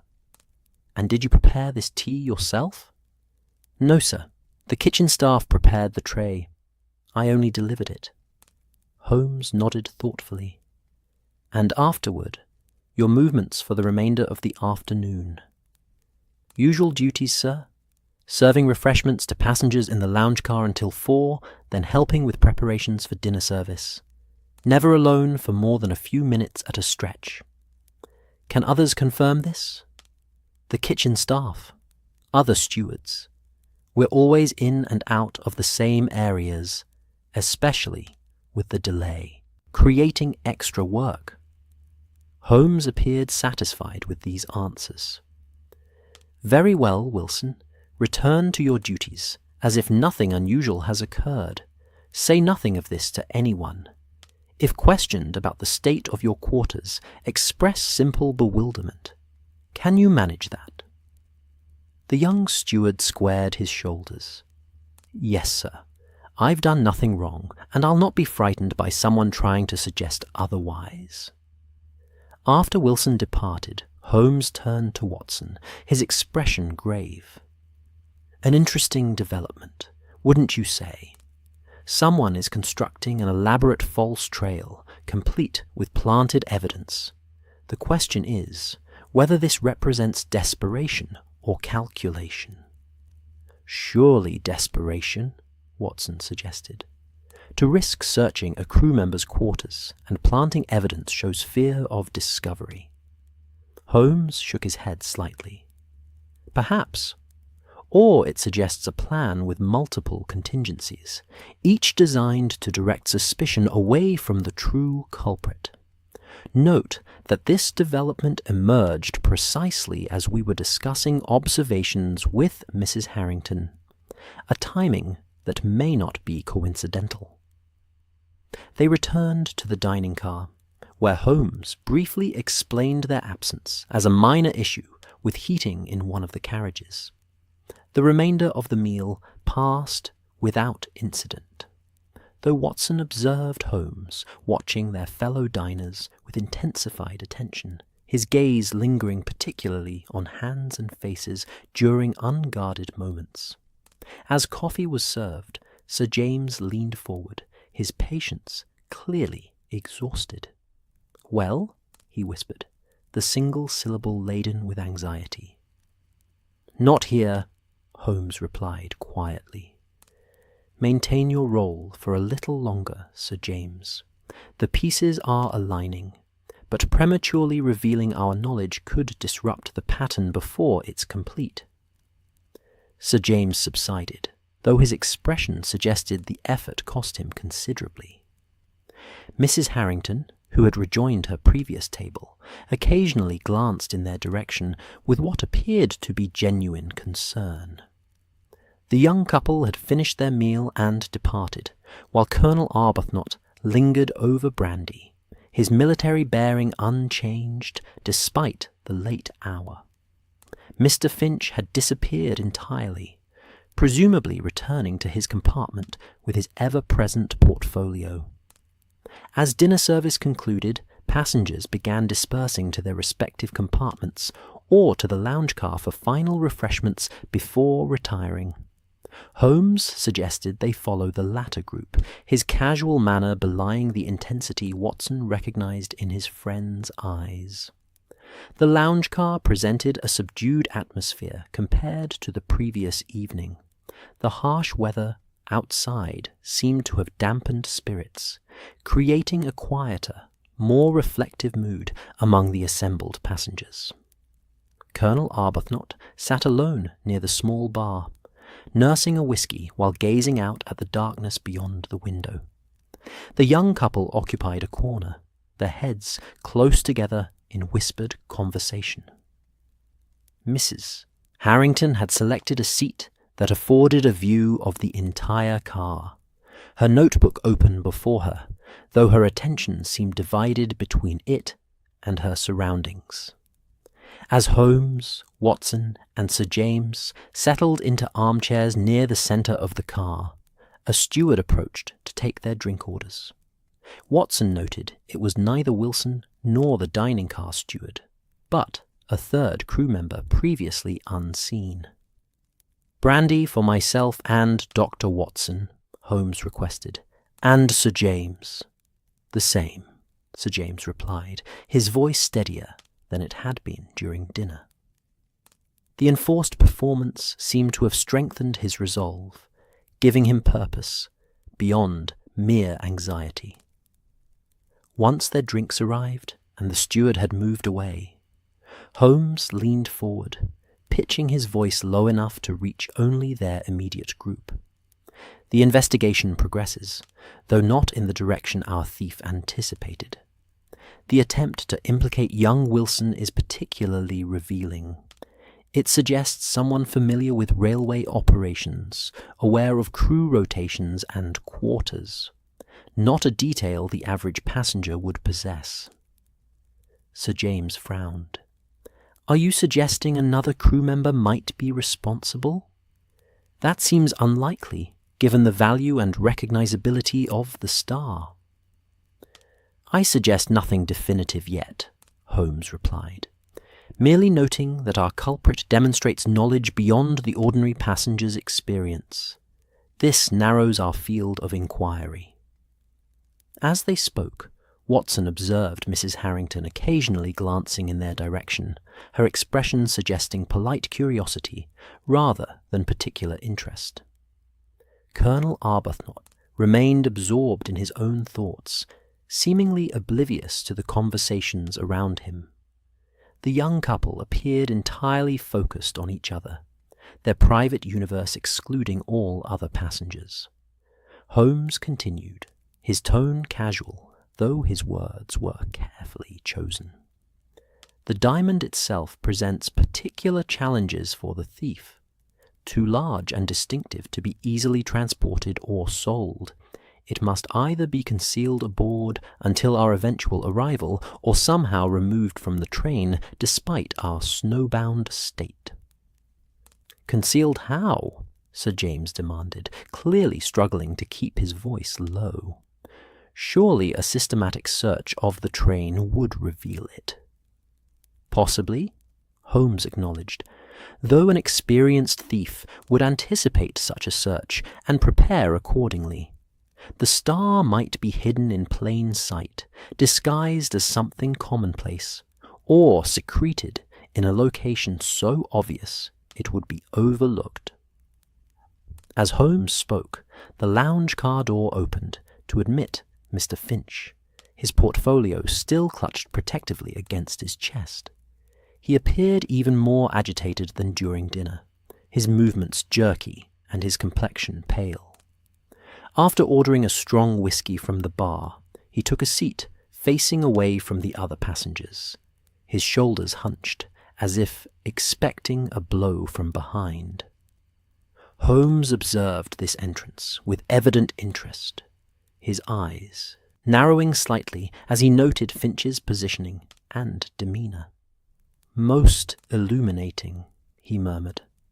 "What do you see?" Watson inquired, keeping his voice low. "A man with something to hide," Holmes replied, "though whether related to our current concern remains to be determined.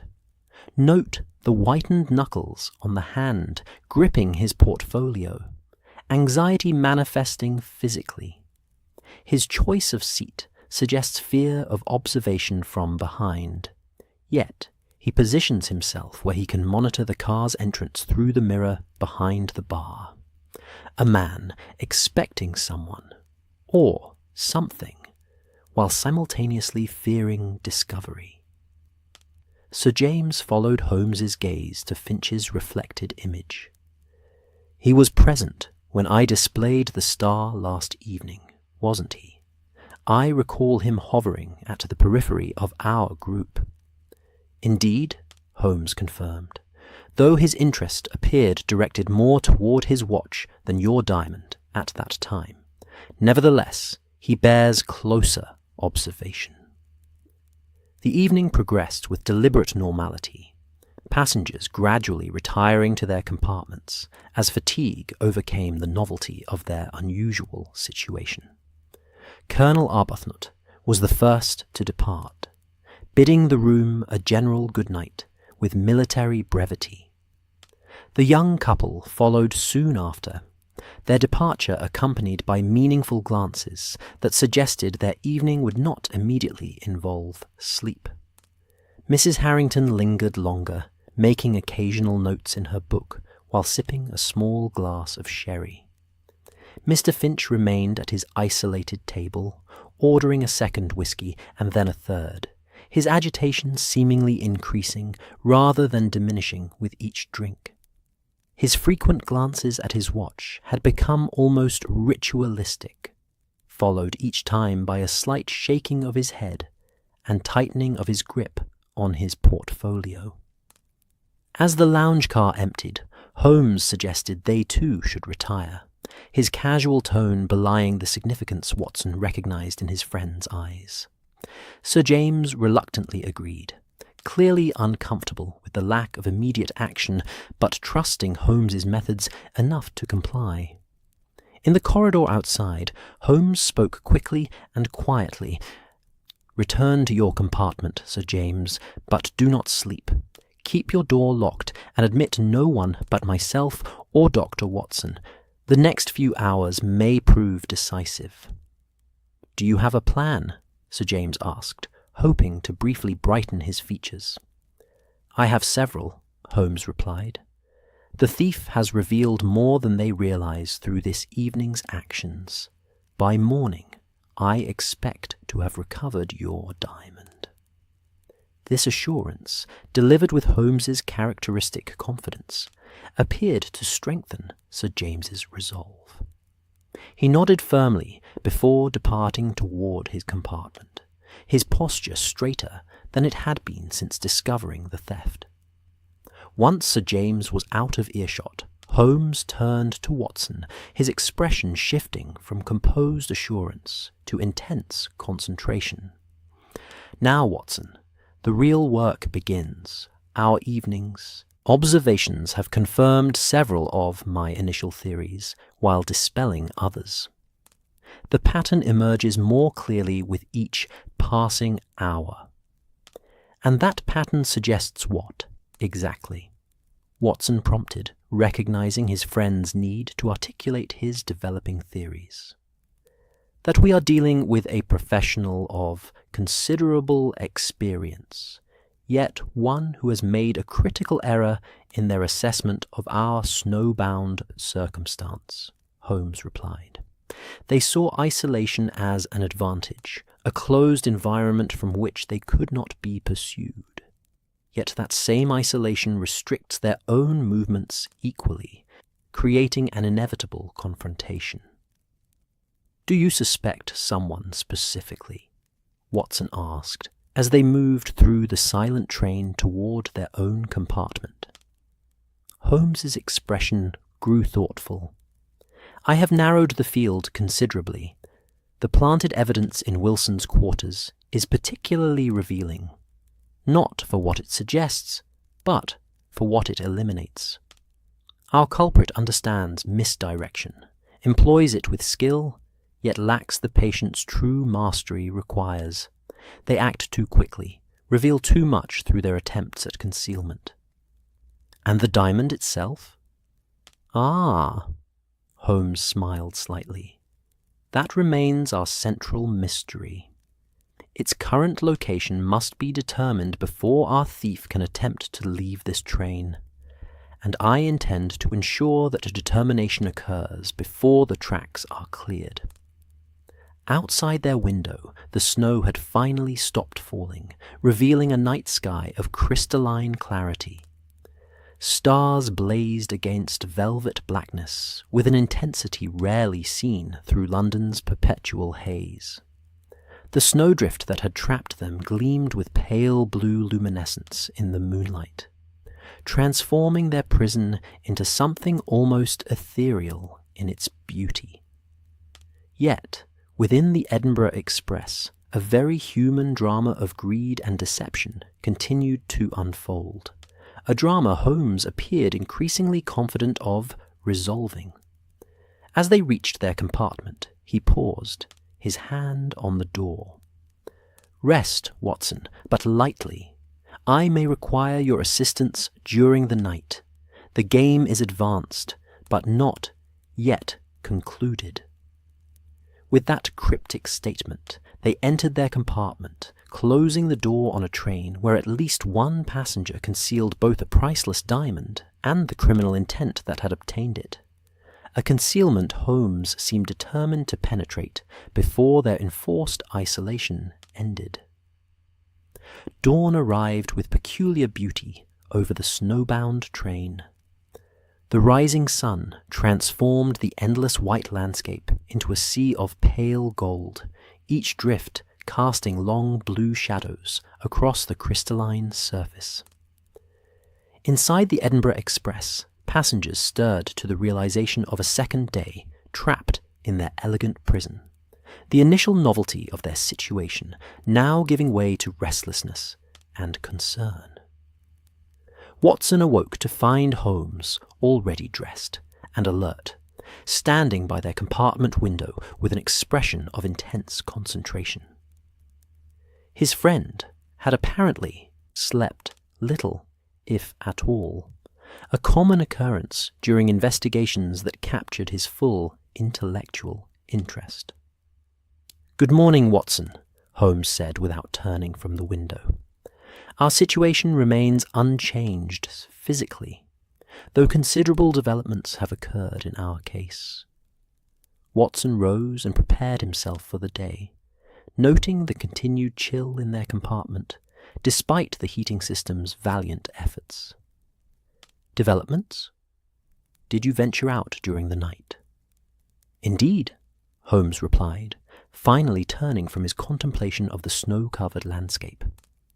"While the train slept, I conducted several illuminating experiments and observations. Most notably, I examined the exterior of our conveyance." This surprised Watson considerably. "You went outside in these conditions?" "Briefly," Holmes acknowledged, with a slight smile that suggested he found Watson's concern touching, but unnecessary. The snowfall ceased around midnight, leaving a clear, cold night. I wished to determine whether our thief might have attempted to hide the diamond outside the train itself, perhaps planning to retrieve it later when scrutiny had diminished. And did you find evidence of such an attempt? No recent tracks or disturbances in the snow surrounding the train, Holmes replied, which confirms my suspicion that the star remains aboard, concealed somewhere among our limited company. The field narrows, Watson. Before Holmes could elaborate further, a sharp knock at their compartment door interrupted their conversation. Holmes opened it to reveal the conductor, his professional demeanour strained by evident fatigue and concern. "Mr. Holmes, sir, Captain Morris requests your presence in his cabin at your earliest convenience. There have been additional developments." Holmes nodded briskly. "We shall come at once. Has Sir James been informed?" "Not yet, sir. The captain thought it best to consult with you first, given your expertise." As they followed the conductor through the silent morning train, Watson noted the emptiness of the corridors. Most passengers, it seemed, were either still abed or breakfast in the dining car. The captain's cabin was located immediately behind the engine, a small but efficient space that served as both office and sleeping quarters during long journeys. Captain Morris himself proved to be a solidly built man of perhaps 50 years, with the weather-beaten complexion of one who had spent decades exposed to the elements. His grey-shot beard was neatly trimmed, and despite the unusual circumstances, his uniform remained immaculate. He greeted them with a firm handshake and the direct gaze of one accustomed to command. "Mr. Holmes, Dr. Watson, thank you for coming so promptly. I've been informed of the theft of Sir James Weatherby's diamond and your involvement in investigating the matter. A most disturbing development in an already challenging situation." "Indeed," Holmes agreed, "though I understand there may be additional complications." Captain Morris's expression grew grave. "Yes. During the night, one of my crew discovered evidence of tampering with the telegraph equipment we carry aboard.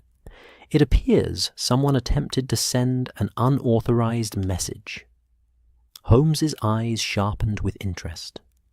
"Attempted? They were unsuccessful?" "The equipment was damaged in the attempt. Whether deliberately or through incompetence isn't clear. My communications officer reports that several critical components were removed. Without them, we cannot contact the nearest station even when repair crews restore the external telegraph lines." "Most significant," Holmes murmured. "The timing suggests a connection to our theft. Was anything else disturbed?" "Yes," the captain replied, his frown deepening. "The same crew member reported that our tool storage had been accessed. Several items are missing, notably a glass cutter, wire cutters, and a small hammer. Tools that might be useful for breaking a diamond," Holmes finished, exchanging a significant glance with Watson. "The picture grows clearer.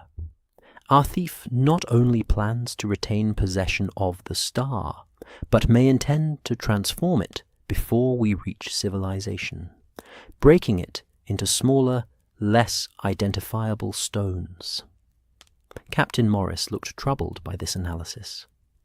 "If that's the case, we have even less time than I thought. I've received word that a rescue party has been dispatched from Birmingham with additional equipment. If the weather holds, they may reach us by late afternoon or early evening." "Then we must accelerate our investigation," Holmes stated firmly. "Captain, I'll require access to all areas of the train, including crew quarters and storage compartments. Also, a complete manifest of all passengers and crew would be most helpful." "Already prepared," Captain Morris replied, handing Holmes several sheets of paper. "After learning of the theft, I took the liberty of compiling all available information. The passenger list includes cabin assignments and destinations. The crew manifest notes, positions, years of service, and duty rotations. Holmes scanned the documents with evident approval. "Excellent, Captain. This will prove most useful. Now, regarding the missing tools, when were they last definitively known to be in place?"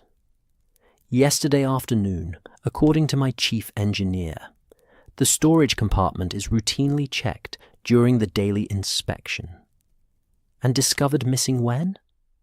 "Approximately 4 a.m., when a crew member sought a replacement part for the heating system in the rear carriage." Holmes nodded thoughtfully. "The timing is informative. Our thief grows bolder, or perhaps more desperate, as time passes. Watson, we must proceed with our planned interviews immediately. Captain Morris, I suggest maintaining normal routine as much as possible, while discreetly increasing vigilance, particularly around external doors and windows. If our culprit believes they might escape the train with their prize, before recovery efforts succeed, they may attempt to do so." After leaving the captain's cabin, Holmes led Watson toward the dining car, where early risers had begun to gather for breakfast. "We shall start our formal interviews with passengers over breakfast, Watson. The pretext of casual conversation will elicit more natural responses than direct questioning at this stage. Note particularly any mention of future plans or anxiety regarding our eventual rescue." The dining car presented a more subdued atmosphere than the previous morning. The initial adventure of their snowbound state had clearly worn thin, replaced by concern about delayed appointments, missed connections, and professional obligations left unfulfilled. Conversation among the scattered diners focused primarily on estimates of when the track might be cleared, with occasional speculation about compensation for the inconvenience. Holmes selected a table, offering views of both the entrance and the length of the car. As they settled with tea and toast, he continued reviewing the passenger manifest, occasionally making small notations in the margins with his pencil. 23 passengers in total, he observed quietly. 12 in first class, including ourselves and Sir James. The remainder in second class, primarily business travellers and a small family group returning from a London holiday. Plus 18 crew members, from Captain Morris down to the most junior steward. "Quite a substantial number of potential suspects," Watson remarked. "Reduced considerably when we eliminate those without opportunity or capability," Holmes countered. "The theft required specific knowledge and skills. Picking a sophisticated lock without disturbing the sleeper beside it, recognizing the value of the star specifically, and possessing connections to dispose of such a recognizable item afterward. These requirements narrow our field considerably." As Holmes spoke, Sir James entered the dining car, his appearance suggesting another night of limited rest. His clothing remained immaculate, but strain showed clearly in his face, the tightness around his eyes and mouth revealing his continued anxiety. Upon seeing Holmes and Watson, he immediately joined their table, leaning forward to speak in urgent tones. "Any progress, Mr. Holmes? I confess I passed a most distressing night, imagining my diamond being smuggled away, or worse, destroyed by some vandal ignorant of its historical significance." "Progress indeed," Holmes assured him, keeping his voice low, "though of a nature best not discussed in public at present. Suffice to say the investigation advances along several promising avenues. Join us for breakfast, Sir James. Maintaining normal appearances remains crucial to our strategy." Sir James complied, though with obvious reluctance. As he ordered breakfast from the attending steward, Mrs. Harrington entered, her composure markedly different from Sir James's agitated state. She appeared well rested and purposeful, a notebook tucked under one arm suggesting continued literary productivity despite their circumstances. "Good morning, gentlemen," she greeted them as she passed their table. "Another day in our unexpected retreat from the world. I find I'm growing accustomed to the rhythm of a stationary train. The absence of motion becomes its own sort of movement after a time." Holmes invited her to join them with a courteous gesture. "An interesting observation, Mrs. Harrington. You seem to have adapted admirably to our situation."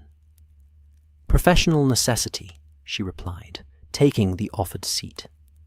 "A writer learns to work under any conditions. Besides, I've experienced far worse confinement during monsoon season in Bombay. 3 weeks in a hotel room scarcely larger than our sleeping compartments, with humidity that caused the pages of my manuscript to curl like autumn leaves." As she spoke, Watson noticed Holmes studying her hands, particularly her right hand, which showed the callus on the middle finger he had previously noted as evidence of extensive writing. Sir James, meanwhile, seemed scarcely to register her presence, his attention focused inward on his private distress.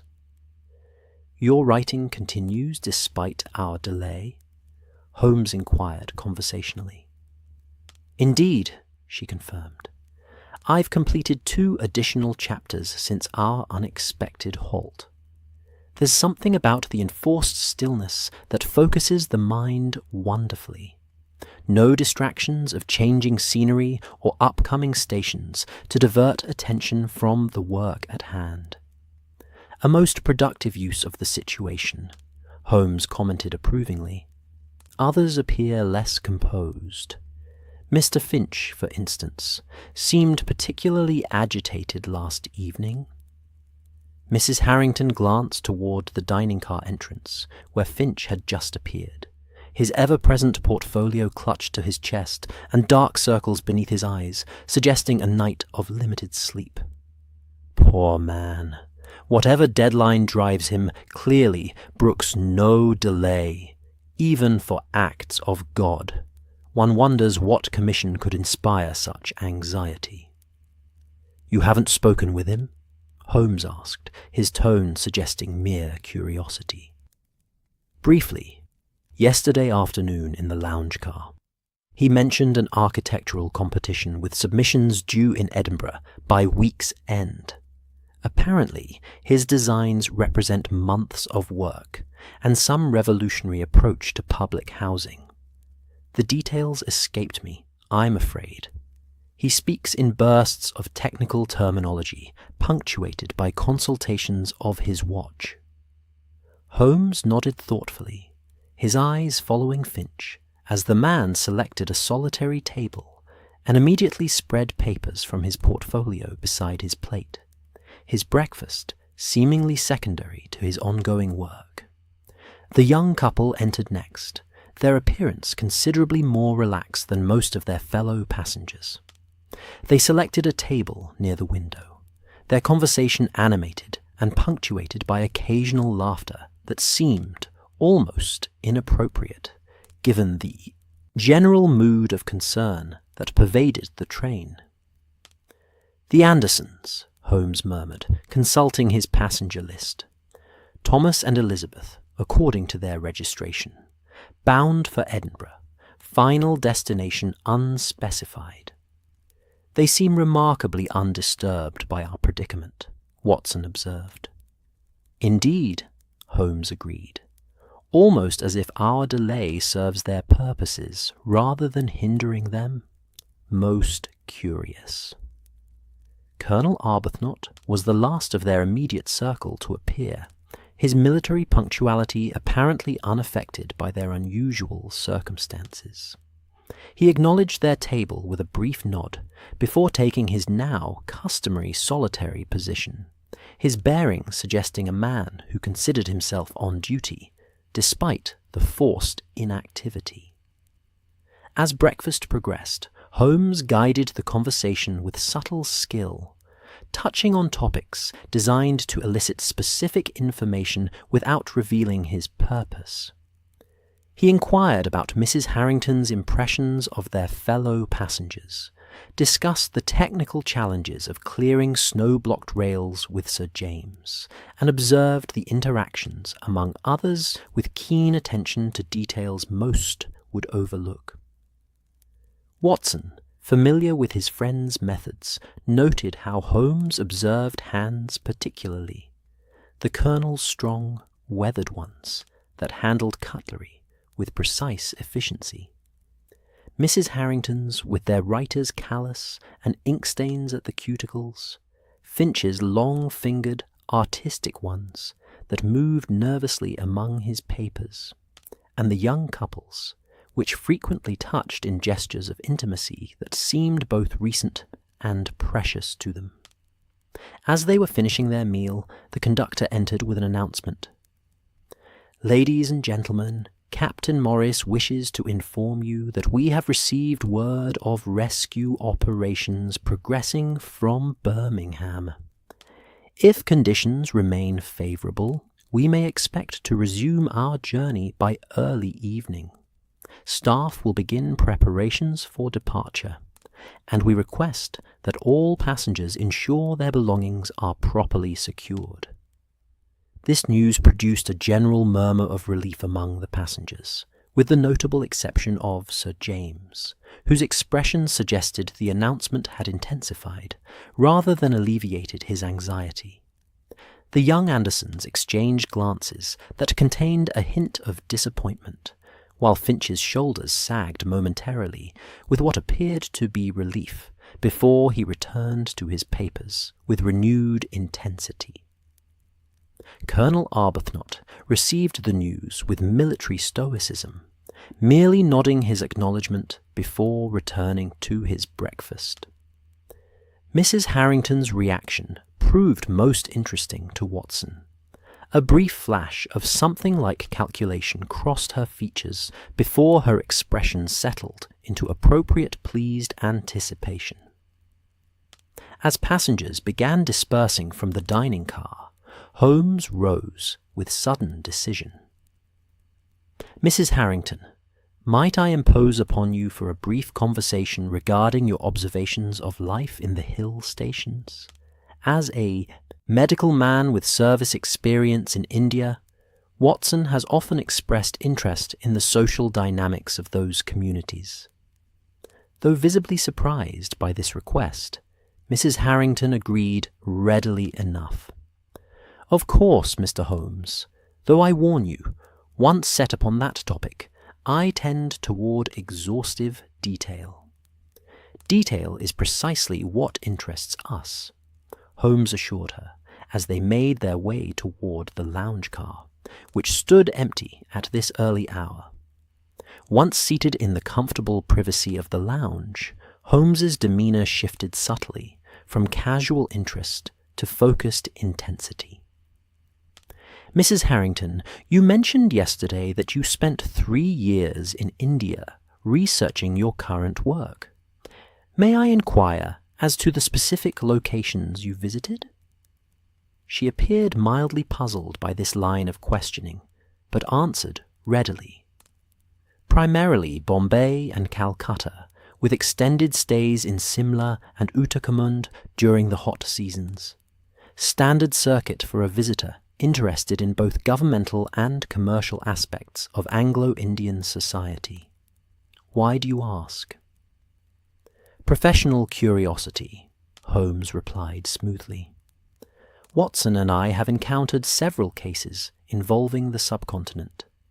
The circumstances of colonial life seem particularly conducive to certain types of mystery. Did your research happen to touch on the gem trade? India has, of course, a long and fascinating history with precious stones." Mrs. Harrington's expression showed increasing bewilderment. "Peripherally, one can hardly study the East India Company without encountering references to the gem trade. but my focus remained on social dynamics rather than commercial enterprises. Of course, Holmes nodded, though I imagine a writer's curiosity extends beyond their immediate subject. During your time in India, did you perhaps make the acquaintance of a gentleman named Howard Blackwell? He was prominent in Bombay gem circles during the period of your stay. A moment of silence followed this question, during which Watson observed Mrs. Harrington's expression undergo a subtle transformation, bewilderment giving way to something harder and more assessing. When she spoke again, her voice had lost some of its previous warmth. "No, Mr. Holmes, the name is unfamiliar to me. My research involved primarily interviews with civil servants and long-established Anglo-Indian families, not commercial contacts." Holmes appeared to accept this answer, though Watson recognized the slight narrowing of his friend's eyes that suggested otherwise. A pity. Mr. Blackwell would have provided valuable insight into the historical provenance of items like Sir James's Star of India. His expertise in coloured diamonds is particularly renowned. "Is this conversation actually about my time in India, Mr. Holmes?" Mrs. Harrington asked directly, her posture shifting from relaxed to alert. "Or is there some other purpose to your questions?" Holmes smiled slightly, acknowledging the perceptiveness of her inquiry. "Let us say that in a snowbound train with a missing diamond, every passenger's background becomes potentially relevant. Your powers of observation, which you've demonstrated repeatedly, mark you as someone who notices details others might miss. Such awareness could prove valuable to our investigation." "Investigation?" she repeated, her expression now deliberately neutral. "I was unaware there was anything to investigate beyond our delayed journey." "Indeed?" Holmes raised an eyebrow. "Your novelist's instinct for human behaviour hasn't detected the undercurrent of tension aboard our train this morning? Sir James's evident distress? The captain's increased vigilance? Most interesting." Mrs. Harrington held Holmes's gaze for a long moment before her expression softened into a small, appreciative smile. "Very well, Mr. Holmes, I concede the point. Something beyond our delay occupies your professional attention, and you suspect I may have observed matters pertinent to your inquiry. Rather than continuing this oblique conversation, perhaps you might ask directly what you wish to know." "A refreshingly straightforward approach," Holmes acknowledged, with a nod of approval. "Very well, Mrs. Harrington. During our journey thus far, have you observed any behaviour among your fellow passengers that struck you as inconsistent or unusual? Any actions that, to your novelist's eye, suggested motivations beyond those openly expressed?" She considered the question carefully before responding. The young couple, the Andersons, are not what they present themselves to be. Their interactions lack the familiarity of established marriage. The way they occasionally forget to touch suggests a relationship being performed rather than lived. Mr. Finch's anxiety exceeds what one would expect even for an important deadline. There's fear beneath his professional concern, something approaching terror at moments. She paused, then added more hesitantly, "And Colonel Arbuthnot watches, not merely observes, but watches, with purpose and method. His apparent solitude is, I believe, cultivated rather than natural. He positions himself to oversee particular areas and individuals, though his attention never appears fixed on any one person for long." Holmes nodded, his expression revealing nothing of his thoughts. "Excellent observations, Mrs. Harrington, precisely the kind of details that might prove valuable. And Sir James, have you noted anything unusual in his behaviour. Beyond his evident distress this morning, she frowned slightly in concentration. There is something theatrical about his anxiety, not false, but perhaps amplified, as if he were performing concern rather than simply experiencing it. I noticed it particularly during dinner last evening. His distress seemed to intensify when directly observed, then subside when he believed attention had moved elsewhere.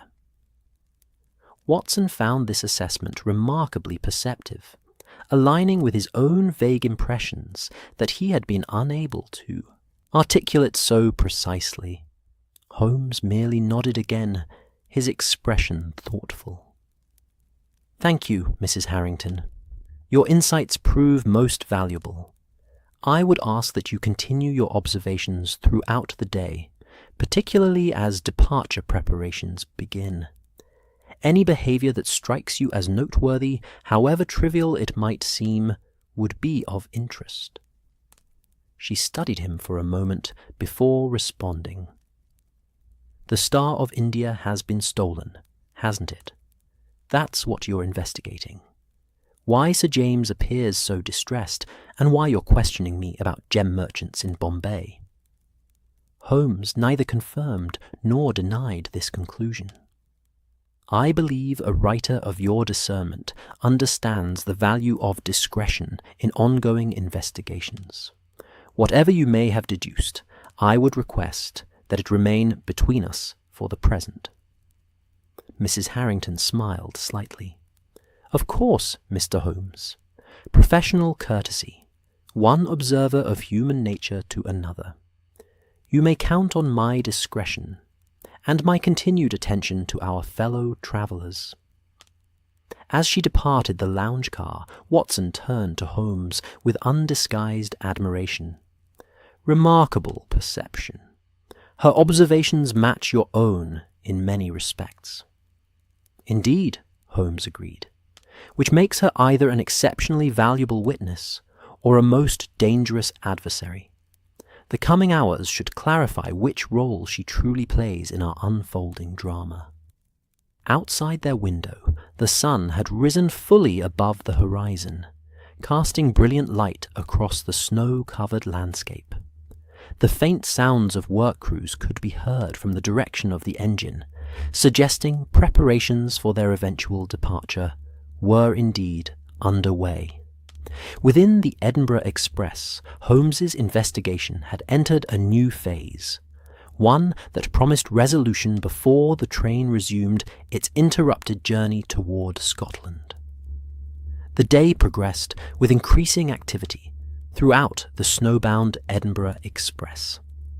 As news of the approaching rescue operation spread among passengers and crew, a subtle shift in atmosphere occurred, the resigned patience of confinement giving way to anticipatory preparation for resumed travel.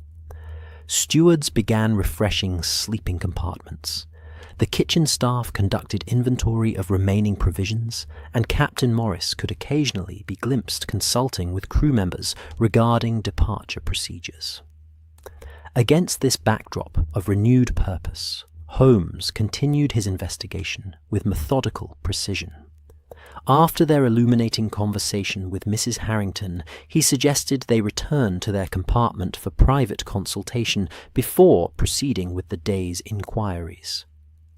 "Watson," Holmes began, once their door was securely closed, "we approach the critical phase of our investigation. The approaching rescue creates both opportunity and pressure for us and for our thief. Time constrains us all equally." "You believe the diamond remains aboard?" Watson inquired, settling into the seat opposite his friend. "Without question," Holmes confirmed. "The unbroken snow surrounding the train confirms no one has ventured outside to hide it, while the missing tools suggest an intention to alter the stone before arrival in Edinburgh. Our thief plans not merely theft, but transformation, rendering the star unrecognizable before it can be recovered. But where could such an operation occur? Watson wondered. Breaking and recutting a diamond requires space, light, and some degree of privacy, all in limited supply aboard a crowded train. Holmes nodded approvingly at this practical observation. Precisely the question I've been considering. The answer significantly narrows our field of suspects. Only certain spaces aboard provide the necessary conditions, and access to those spaces is restricted to specific individuals. From his pocket, Holmes withdrew the ship's manifest, provided by Captain Morris, unfolding it across the small table between them. Note the layout of the train, Watson. Beyond passenger compartments and public areas, we have storage spaces, crew quarters, and several technical compartments housing equipment. Most are routinely accessed during normal operations, making them unsuitable for criminal enterprise. However, his finger traced a particular section of the diagram. There are exceptions. The mail compartment, for instance, remains locked during transit and is accessed only at major stations. The luggage van similarly receives minimal attention during the journey. And who has access to these areas? Watson asked, following Holmes's reasoning. Officially, only Captain Morris and the purser hold keys to the mail compartment. The luggage van is accessible to porters and certain stewards during specific hours. However, Holmes's eyes gleamed with the intensity Watson recognized from their most challenging cases. Official access and actual capability need not coincide. Our thief has already demonstrated considerable skill with locks.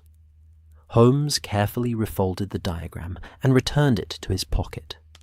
We shall conduct a series of interviews throughout the day, Watson. Some obvious, others less so.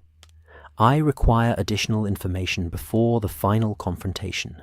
Certain theories must be confirmed or dismissed before we proceed. And Sir James? Should he be informed of your progress? Holmes considered briefly before responding. Not yet. His reactions remain valuable indicators. If our thief is monitoring his behavior, which seems likely given yesterday's events, premature confidence might alert them to our advancing investigation. With this strategy established, they departed their compartment to continue the day's inquiries. Their first destination proved to be the mail compartment, where Holmes presented Captain Morris's written authorization to the startled purser who guarded this domain. Most irregular, the man commented as he unlocked the heavy door. This compartment is sealed by postal regulations throughout the journey. Exceptional circumstances require exceptional measures, Holmes replied smoothly. Captain Morris understands the necessity.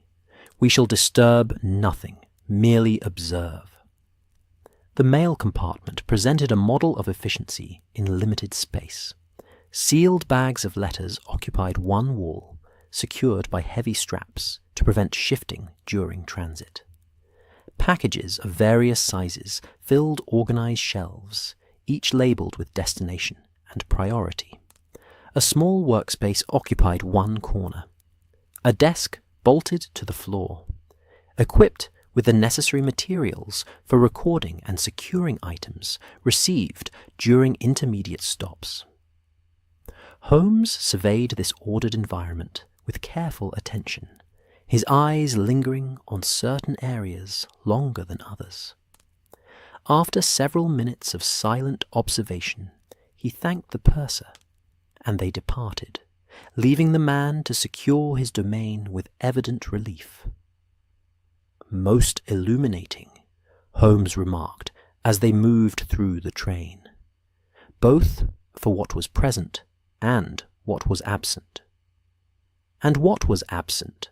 Watson inquired, having observed nothing obviously missing from the compartment. Disturbance, Holmes replied.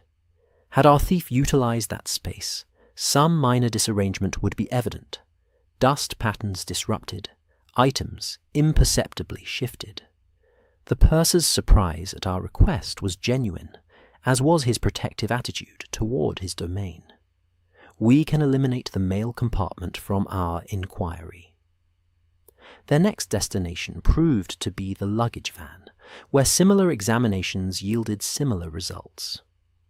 Holmes moved among the stacked trunks and valises with practiced efficiency, noting their arrangement and the subtle details that would reveal unauthorized access. Undisturbed, he concluded after several minutes. The dust patterns on these older trunks remain intact, and the positioning of the luggage shows no signs of recent rearrangement. Our thief has not utilized this space. As they exited the luggage van, they encountered Colonel Arbuthnot in the corridor, his military bearing unchanged, despite the casual setting. He acknowledged them with a precise nod. "Mr. Holmes, Dr. Watson, I understand rescue operations advance satisfactorily. We may resume our journey by evening, according to the steward." "So it appears," Holmes agreed. "You seem remarkably composed throughout our delay, Colonel. Military training provides advantages in such situations, I imagine." "Indeed," the Colonel confirmed with the faintest suggestion of a smile. "One learns to adapt to circumstances beyond control. I've endured significantly less comfortable delays during service in Afghanistan. This," he gestured to their elegant surroundings, "hardly qualifies as hardship." "You served in Afghanistan?" Watson inquired, professional interest quickening at this shared experience. "5th Northumberland Fusiliers, 1879 to 1881, the Colonel replied, "primarily in Kandahar and surrounds." "I was with the 5th Northumberland as well," Watson revealed, "though attached to the Medical Corps rather than regular infantry. We may have crossed paths during those campaigns." Colonel Arbuthnot studied Watson with renewed interest. "Indeed, the world proves smaller than expected. You were at Maiwand, perhaps?" "Yes," Watson acknowledged, the single syllable carrying weight beyond its brevity. "Though I prefer not to revisit those particular memories." Understanding showed in the Colonel's eyes, the unspoken recognition between men who had shared experiences too profound for casual conversation. "Of course, another time, perhaps. I would be interested in comparing observations on the medical practices employed during that campaign, most unorthodox by traditional standards, as I recall." As they spoke, Holmes observed their interaction with quiet attention, his keen eyes noting the subtle shifts in posture and expression that revealed more than words alone. When the Colonel excused himself to continue toward the dining car, Holmes remained thoughtful. "An interesting encounter," he remarked, as they resumed their movement through the train. "What do you make of the Colonel, Watson, with your shared military background?" Watson considered carefully. His knowledge of Afghani deployment seems authentic. The 5th Northumberland was indeed stationed as he described. His bearing and manner are consistent with long military service. Yet, "Yes?" Holmes prompted when Watson hesitated. "There's something not quite aligned in his presentation," Watson continued, struggling to articulate his impression. "A certain performance quality to his military precision. Officers who have truly internalized that discipline exhibit it differently, less consciously, more naturally. His seems almost studied, as if remembered rather than lived." Holmes nodded approvingly. "Excellent observation, Watson. The distinction between authentic habit and constructed behavior often reveals itself in precisely such subtleties, most illuminating." Their path next led them to the lounge car, which had become increasingly populated as the day progressed. Passengers gathered in small groups, their conversations focused primarily on the approaching rescue and revised travel plans. The young Andersons occupied their usual corner, their heads close together in continued private communion. Mr. Finch sat alone, his portfolio open before him, though his attention seemed divided between his papers and the conversations around him. Holmes guided Watson to seats offering a view of the entire car while maintaining relative privacy for their own conversation. A steward, not Wilson, but another young man with a similar uniform, approached to take their order. Holmes requested tea for them both, then engaged the steward in casual conversation about the rescue operations. "Making good progress from what we hear, sir," the young man replied. "Captain says we might be moving by dinner time if all continues well. The Birmingham crew brought proper snow-clearing equipment, not like our shovels that barely made a dent." "Most encouraging," Holmes commented. "The passengers seem to be handling the delay reasonably well, all things considered." The steward's expression suggested diplomatic caution. "Most are understanding, sir, though some have been more particular about their requirements than others." "Oh?" Holmes raised an eyebrow with perfect casual interest. "Anyone especially difficult?" "We stewards exchange notes about challenging passengers. You know, professional hazard." The young man glanced around before leaning slightly closer. "That Sir James Weatherby's been proper demanding, changing his mind about meals, requesting service at odd hours, complaining about the temperature in his compartment. And that older military gentleman isn't much better, expecting everything to run like clockwork despite us being stuck in a snowdrift. Begging your pardon for speaking plainly, sir." "Not at all," Holmes assured him.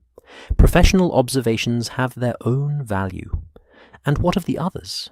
The young couple, for instance, or the lady writer?" "Oh, they've been no trouble at all, sir. The Andersons barely notice what's served, so long as they're together. Honeymoon couple, clearly. Mrs. Harrington's a proper lady, polite, organized, never makes unnecessary requests. Mr. Finch is too wrapped up in his papers to care much about service either way. It's the ones with titles or military rank that give us the most difficulty. Begging your pardon again, sir." After the steward departed to fetch their tea, Holmes remained thoughtfully silent for several moments. Watson recognized this expression. His friend was rearranging mental pieces, testing configurations against observed reality. "The pieces align more clearly now," Holmes murmured finally. "The pattern emerges from apparent disorder." "You've solved it?" Watson inquired, keeping his voice low despite his eagerness. "Not completely," Holmes conceded. "Several key elements require confirmation. But the central mystery, who took the star and how, has resolved itself. The question of where the diamond currently resides remains open, though I have a promising theory." Their tea arrived, temporarily pausing the conversation. As they sipped the hot liquid, Watson observed Mrs. Harrington entering the lounge car, her notebook tucked under her arm as usual. Upon seeing them, she approached their table with a questioning expression. "May I join you, gentlemen, or are you engaged in private consultation?" Holmes gestured to the empty chair beside them. "Please do, Mrs. Harrington. Your observations from the morning have proven most helpful. Perhaps you've noticed additional details since our conversation?" She settled gracefully into the offered seat, arranging her skirts with practiced efficiency.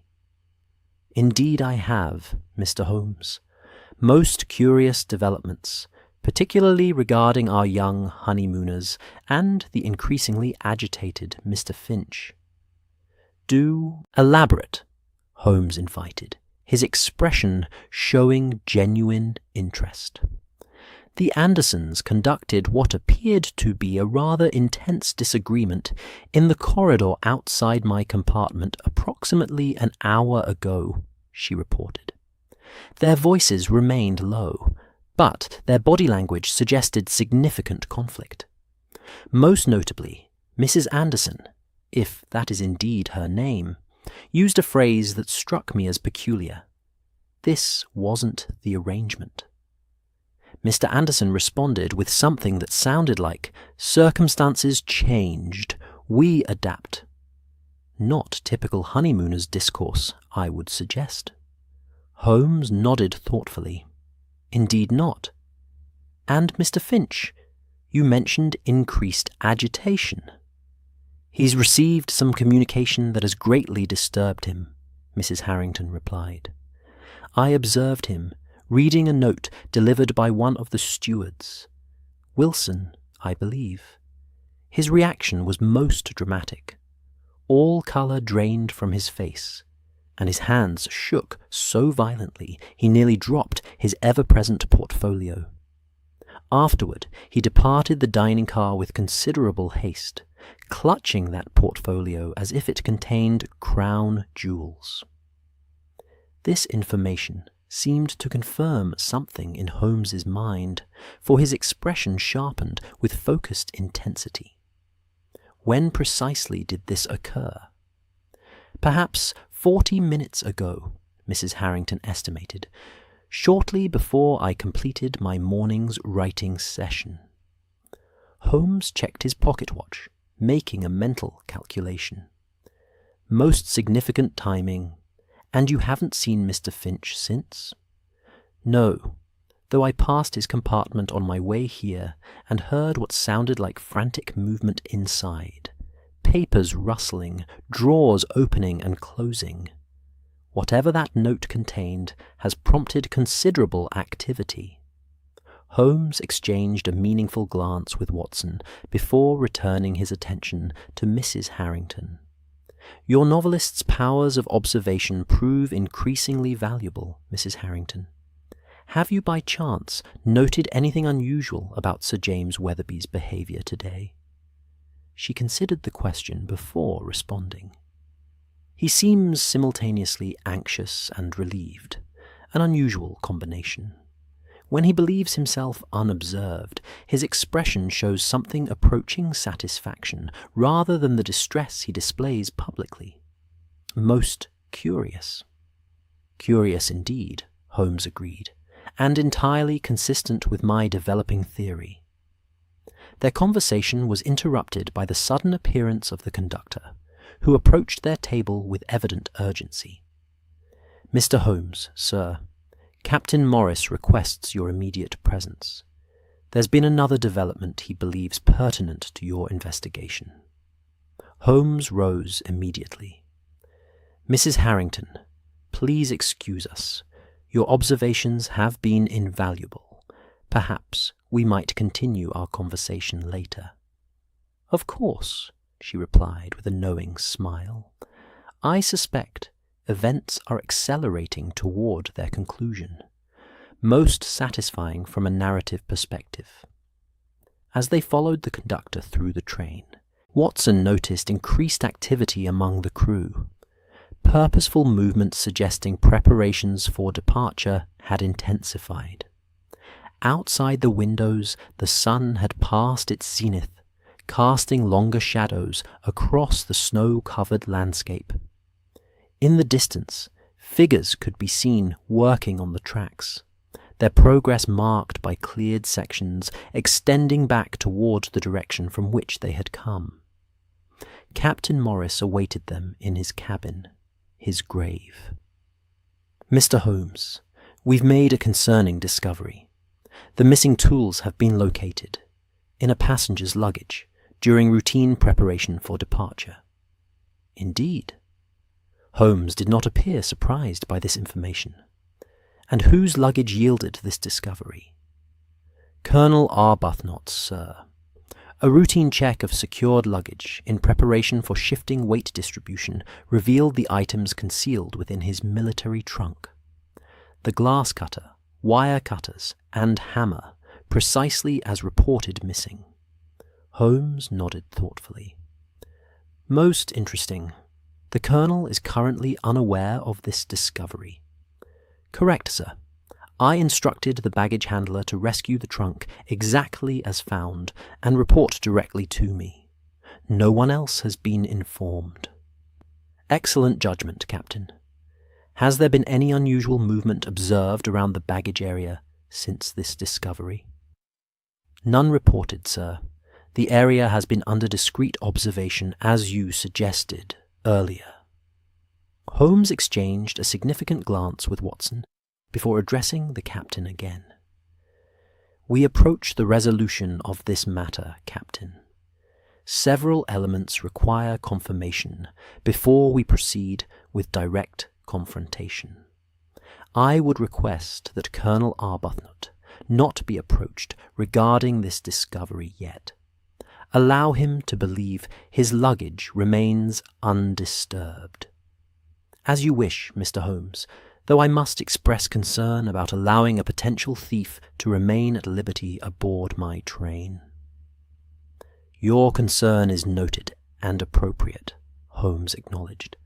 However, I have reason to believe the situation is more complex than it initially appears. The diamond's current location remains undetermined, and premature confrontation might jeopardize its recovery. After departing the captain's cabin, Holmes led Watson directly to their compartment, his expression suggesting a need for private consultation before proceeding.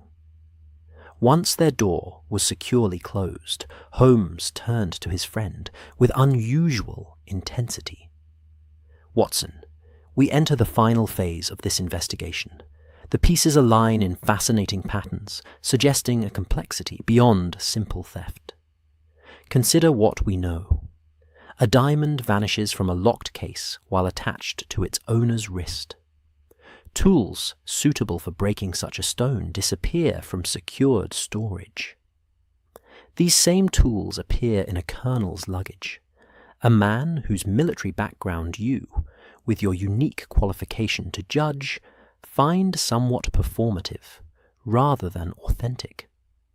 Simultaneously, a young couple conduct themselves in ways inconsistent with their professed relationship, while Mr. Finch receives communication that prompts near panic. You believe these elements are connected? Watson asked, following Holmes's reasoning with growing excitement. Not merely connected, but coordinated, Holmes confirmed. The pattern suggests not an opportunistic theft, but a planned operation involving multiple participants. The staged nature of certain elements, particularly the planting of evidence in both Wilson's quarters and now Colonel Arbuthnot's luggage, indicates deliberate misdirection. But to what purpose? If multiple people are involved, who actually possesses the star now? Holmes smiled slightly. That, my dear Watson, remains our central question. The diamond's current location is the key that unlocks the entire mystery. I have a theory that requires testing, a theory that explains both the theft's method and its ultimate objective. And how do you propose to test this theory? Holmes consulted his pocket watch. By setting a trap that our culprits cannot resist, the approaching rescue creates both pressure and opportunity, elements we shall exploit to force revelation. From his pocket, Holmes withdrew a small piece of paper and began writing a brief note. This message, delivered to specific individuals, should accelerate events considerably. Our thief, or thieves, believe themselves constrained by the approaching departure. We shall use that pressure to our advantage. After completing the note, Holmes summoned a steward, specifically requesting Wilson and provided instructions for its delivery. As the young man departed with the sealed message, Holmes turned back to Watson with the familiar gleam in his eye that signaled an investigation reaching its climax. "Now, Watson, we prepare for the final act of our Snowbound drama. Within hours, I expect the Star of India to emerge from its hiding place, revealed by the very hands that concealed it." Outside their window, the rescue operations had advanced significantly. The track behind the train now stood clear for several hundred yards, while ahead, the work crews continued their methodical progress through the snowdrift. Within the Edinburgh Express, hidden currents of deception and calculation flowed beneath the visible preparations for departure. Currents Holmes appeared confident of navigating to their source. As evening approached, the stage was set for resolution. The mystery that had begun with a vanishing diamond was about to conclude with revelations that, if Holmes's expression was any indication, would prove as surprising as the theft itself. Twilight descended over the snowbound Edinburgh Express, painting the white landscape in shades of lavender and deep blue. The rescue operation had progressed steadily throughout the afternoon, with the tracks now cleared for a considerable distance in both directions. Captain Morris had announced their departure was scheduled for 8 o'clock that evening, prompting increased activity throughout the train as passengers and crew prepared to resume their interrupted journey. Against this backdrop of imminent departure, Holmes had arranged what he described to Watson as the final scene in our railway drama. The dining car had been set for the evening meal with particular attention to detail, the last dinner of their unexpected confinement, deserving special commemoration, according to the chief steward's announcement. "The stage is prepared," Holmes murmured as he and Watson surveyed the elegantly appointed tables from the doorway. Crystal glasses caught the light from overhead lamps, white tablecloths gleamed immaculately, and fresh flowers, somehow preserved despite their extended delay, provided a touch of colour and normality to the proceedings. "Now we await our players." "And they will come?" Watson inquired, noting that the car remained empty as yet, dinner service still 30 minutes away. "Without question," Holmes confirmed. "My note to Mr. Finch will ensure his presence, while Sir James would never miss an opportunity to maintain appearances, particularly on our final evening aboard. The others will follow their established patterns, the Colonel maintaining his military punctuality, Mrs. Harrington observing from her writer's perspective, the young Andersons continuing their performance. All the elements necessary for resolution." They withdrew to the corridor to await developments, Holmes positioning himself where he could observe arrivals without being immediately noticed. Watson recognized his friend's heightened alertness, the subtle tension in his posture that signaled an investigation approaching its climax. Sir James was the first to appear, his appearance considerably improved from the haggard anxiety of the previous day. He had clearly made efforts with his toilet, his clothing immaculate, and his bearing more confident than Watson had observed since the theft. Upon seeing them, he approached with surprising composure. "Ah, Mr. Holmes, Dr. Watson, our final evening in this unexpected confinement. Captain Morris informs me we shall be underway by 8 o'clock. Most welcome news." "Indeed," Holmes agreed, studying Sir James with careful attention. "You seem in improved spirits this evening, Sir James. Has there been some development regarding your missing property?" A flicker of something, caution, perhaps, crossed Sir James's features before he responded. "No specific development, No. However, one adjusts to circumstances, Mr. Holmes. The initial shock subsides, replaced by a more philosophical perspective. What cannot be immediately remedied must be endured, as they say. A remarkably stoic attitude, Holmes commented, particularly regarding an item of such value and historical significance. I recall your distress was considerably more pronounced yesterday. Sir James's smile tightened, almost imperceptibly. Yes, well, reflection brings clarity. The diamond is insured after all, and while its historical value remains irreplaceable, dwelling on the loss serves no practical purpose. Besides, I maintain hope that your investigation may yet yield results. Oh, I believe it shall, Holmes assured him with a cryptic smile. In fact, I anticipate significant developments this very evening. Before Sir James could respond to this provocative statement, Mr. Finch appeared at the far end of the corridor, his portfolio clutched to his chest in what had become a familiar gesture. Upon seeing their small group, he hesitated momentarily before approaching, his expression suggesting internal conflict beneath a veneer of professional composure. "Good evening, gentlemen," he greeted them, his voice carefully controlled, though Watson detected underlying tension. "I understand we'll be resuming our journey shortly. Most welcome news after our extended delay." Holmes regarded him with polite interest. "Indeed, Mr. Finch. I trust you received my note regarding the matter we discussed earlier." Confusion flickered across Finch's features. "Note? I don't believe—" "No matter," Holmes interrupted smoothly. "We can address the subject during dinner. An architectural perspective often provides unique insights into problems of spatial reasoning. Your professional expertise might prove valuable to certain aspects of our investigation."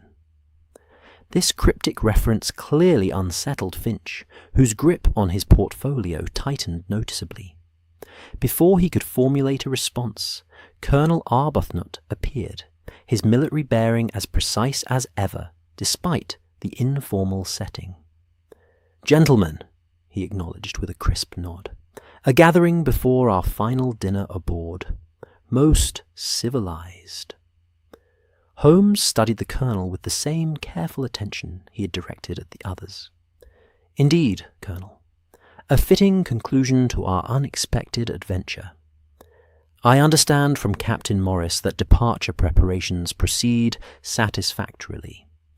Your military experience must give you particular appreciation for the logistics involved in extracting a train from such circumstances. Basic principles of mechanical advantage and personnel deployment," the colonel replied with practiced modesty. "Nothing particularly complex for those with suitable training." As they conversed, the young Andersons appeared, their usual intimate absorption in each other noticeably diminished this evening. They maintained physical proximity, but without the unconscious synchronization of movement Watson had previously observed. Upon seeing the assembled group, they hesitated before approaching, their expressions suggesting they would have preferred avoiding this impromptu gathering. Mrs. Harrington was the last to arrive, her novelist's observant gaze taking in the assembled passengers with evident interest. She carried her notebook, as had become her custom, though it remained closed under her arm rather than open for immediate recording of impressions. "What a pleasant coincidence," she remarked, surveying the group. "All our regular dining companions assembled before the final meal of our confinement. One might almost suspect orchestration rather than chance." Holmes acknowledged this perceptive comment with a slight smile. "Patterns emerge in even the most apparently random circumstances, Mrs. Harrington. a principle I believe applies to both detective work and fiction writing. The dinner gong sounded, interrupting this increasingly charged conversation. As they moved into the dining car, Watson observed Holmes carefully positioning himself to maintain sight lines to all their subjects of interest. They were seated at a large central table, an arrangement Holmes had earlier requested from the chief steward under the pretext of commemorating their shared experience of delay. The atmosphere as dinner commenced suggested suppressed tension beneath social pleasantries. Conversation remained politely superficial. Observations about the efficient rescue operation, speculation about their revised arrival time in Edinburgh, comments on the chef's admirable adaptability despite extended supply limitations. Beneath this civilized veneer, Watson detected currents of anxiety, calculation, and watchfulness flowing among certain members of their party. Holmes guided the conversation with subtle skill, introducing topics designed to elicit specific reactions rather than information. He inquired about Colonel Arbuthnot's military experiences in India, prompted Mrs. Harrington to discuss her writing methods, and encouraged the Andersons to share details of their supposed honeymoon plans in Edinburgh. Throughout, his manner suggested nothing beyond sociable interest, though Watson recognized the strategic purpose behind each conversational direction. As the main course was being served, Holmes casually produced a small object from his pocket, placing it beside his plate with deliberate nonchalance. Watson recognized it as a rough diamond, similar in size to the Star of India, though lacking its distinctive blue coloration and famous cut. The effect of this simple action on their dinner companions proved remarkable. Sir James's fork paused halfway to his mouth, his expression momentarily unguarded, before composing itself into careful neutrality. Colonel Arbuthnot's eyes narrowed slightly, his posture becoming incrementally more rigid. Mr. Finch's reaction proved most dramatic. A visible start that nearly upset his wineglass, followed by a flush that rose from his collar to his hairline. The Andersons exchanged a swift, meaningful glance before studiously avoiding looking at the stone. Only Mrs. Harrington's reaction suggested genuine curiosity rather than alarm, a writer's interest in an unexpected narrative development. "You must forgive my rudeness in bringing a visual aid to dinner," Holmes remarked conversationally. "This uncut diamond serves to illustrate a point relevant to our recent discussions. Most people recognize diamonds only in their finished, polished state, brilliant, faceted, and identifiable.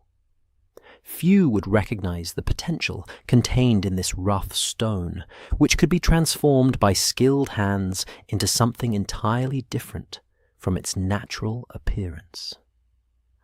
"Fascinating," Mrs. Harrington commented, leaning closer to examine the stone. "One would hardly connect this unremarkable pebble with the glittering gems displayed in jewelers' windows." "Precisely," Holmes agreed. "Transformation obscures identity, a principle that applies to many aspects of life beyond gemology. People, like diamonds, can present different facets depending on how they position themselves to the light."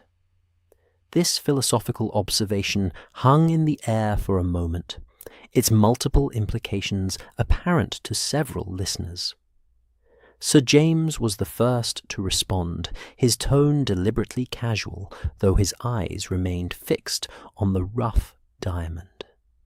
"An interesting analogy, Mr. Holmes, though I would suggest that true quality, in both gems and character, eventually reveals itself, regardless of temporary disguise or alteration." "Perhaps," Holmes conceded, "though detection often requires specialized knowledge and tools. For instance, he reclaimed the rough diamond, holding it up to the light. An experienced eye might recognize certain inclusions or color patterns that identify this stone's origin, regardless of how it might subsequently be cut or polished. Similarly, certain behaviors reveal underlying motives, regardless of how carefully concealed. The progression from casual analogy to pointed implication was not lost on their dinner companions. An undercurrent of tension now flowed visibly beneath the social veneer, manifesting in tightened grips on cutlery, careful control of expressions, and calculated casualness in posture. Watson observed these reactions with the experienced eye of one who had witnessed many such moments during Holmes's investigations. The tightening circle of inquiry that preceded revelation. "You speak as if your investigation has reached some conclusion, Mr. Holmes," Colonel Arbuthnot observed, his tone suggesting polite interest, rather than personal concern. "Has Sir James's missing property been located then?" "Not yet recovered," Holmes replied, replacing the rough diamond in his pocket. "But certainly located, or at least its current disposition identified. The Star of India has undergone a journey as complex as our own since departing London." This statement produced varying reactions around the table, from Sir James's carefully controlled neutrality to Mr. Finch's poorly concealed anxiety. The Andersons maintained their performance of mild interest, though Watson noted the husband's hand had moved to cover his wife's in what appeared to be a restraining rather than affectionate gesture. "Perhaps you might elaborate on this journey," Mrs. Harrington suggested, her writer's interest evident. "For those of us who have been unaware of any drama beyond our snowbound delay." Holmes smiled slightly, recognizing and acknowledging her deliberate opening for his explanation. "With pleasure, Mrs. Harrington. The story begins not with the theft itself, but with its planning. A collaborative effort involving several of our dinner companions in varying capacities." This direct statement produced immediate effect. Sir James's careful composure faltered momentarily. Colonel Arbuthnot's posture shifted from military precision to alert readiness, and Mr. Finch's hand moved protectively to his portfolio. The Andersons remained frozen in their interrupted meal, neither moving nor speaking, as Holmes continued. "The Star of India was indeed stolen while Sir James slept, a sleep deepened by a mild sedative in his afternoon tea. The lock on his case was expertly picked, the diamond removed, and the case re-locked without disturbing its owner. A professional execution suggesting experience with both sedatives and lockpicking, skills not commonly found in combination." Holmes paused, allowing his gaze to move deliberately around the table before continuing. "More interesting than the theft's method, however, is its purpose. The star was not stolen for its material value alone, nor was it taken by a single thief acting independently. Rather, it represents one element in a carefully orchestrated substitution, a genuine diamond replaced by an exceptionally crafted forgery, with the exchange to be completed during our journey to Edinburgh." Sir James could maintain his silence no longer. "This is absurd speculation, Holmes.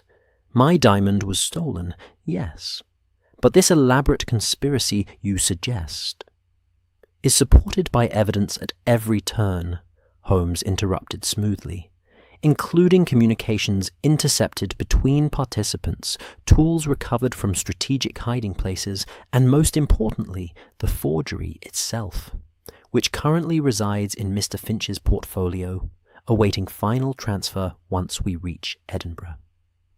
All eyes turned to Finch, whose complexion had drained to an alarming pallor. His grip on his portfolio had become white-knuckled, his expression suggesting a man calculating desperate options with diminishing hope. These are architectural drawings," he stammered. "Nothing more. Competition entries for Edinburgh municipal buildings. Mr. Holmes is clearly mistaken." "Am I?" Holmes inquired mildly. "Captain Morris," he called, and the train's captain appeared in the dining-car doorway as if awaiting this precise cue. "I believe the time has come for that examination we discussed earlier." Captain Morris approached their table with 2 uniformed crew members. "Mr. Finch, I must request that you allow us to examine the contents of your portfolio. Mr. Holmes has presented concerning evidence that cannot be dismissed without verification."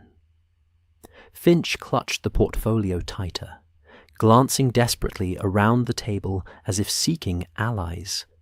Finding none, his shoulders slumped in defeat.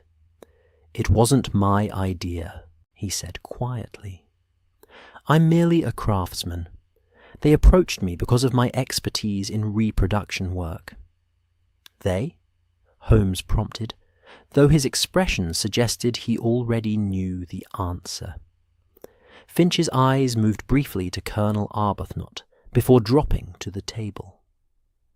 The colonel made the initial contact, said he represented a consortium with a unique proposition. The Andersons handled arrangements and communications. I was responsible only for creating the replica and final certification in Edinburgh that would authenticate it as genuine. Colonel Arbuthnot's military bearing had vanished entirely, replaced by the alert tension of a cornered predator. "Nonsense," he declared. "The man is clearly constructing a defense by implicating others. I've never seen him before boarding this train." "A claim easily disproven," Holmes replied. "Your communications were monitored by agents of a certain government department that takes particular interest in valuable gems entering or leaving British territory. The Star of India, while privately owned, remains an item of significant cultural importance. Attempts to substitute a forgery, particularly one destined for an American collection, as this one was, triggered official attention before you ever boarded the Edinburgh Express." This revelation produced stunned silence around the table. Even Mrs. Harrington appeared genuinely surprised, her novelist's appreciation for unexpected plot developments momentarily overcoming her composure. "If authorities were already aware of the plot," she asked, "why allow it to proceed aboard the train? Why not prevent the theft entirely?"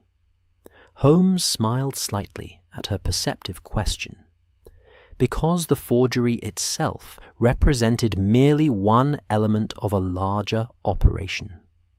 The authorities required evidence linking all participants before proceeding with arrests. Our Snowbound delay provided unexpected complications, but also opportunities for that evidence to manifest." "You're working with the authorities?" Sir James demanded, his expression suggesting this revelation struck him as particularly significant. "All this time, you've been—" "Observing a performance within a performance," Holmes confirmed. "Your own role being particularly noteworthy, Sir James. Or should I address you by your actual name?" The genuine Sir James Weatherby remains in London, having never left his residence on Berkeley Square. You assumed his identity with considerable skill, though certain discrepancies in your knowledge of his gemological publications revealed the impersonation to careful observation.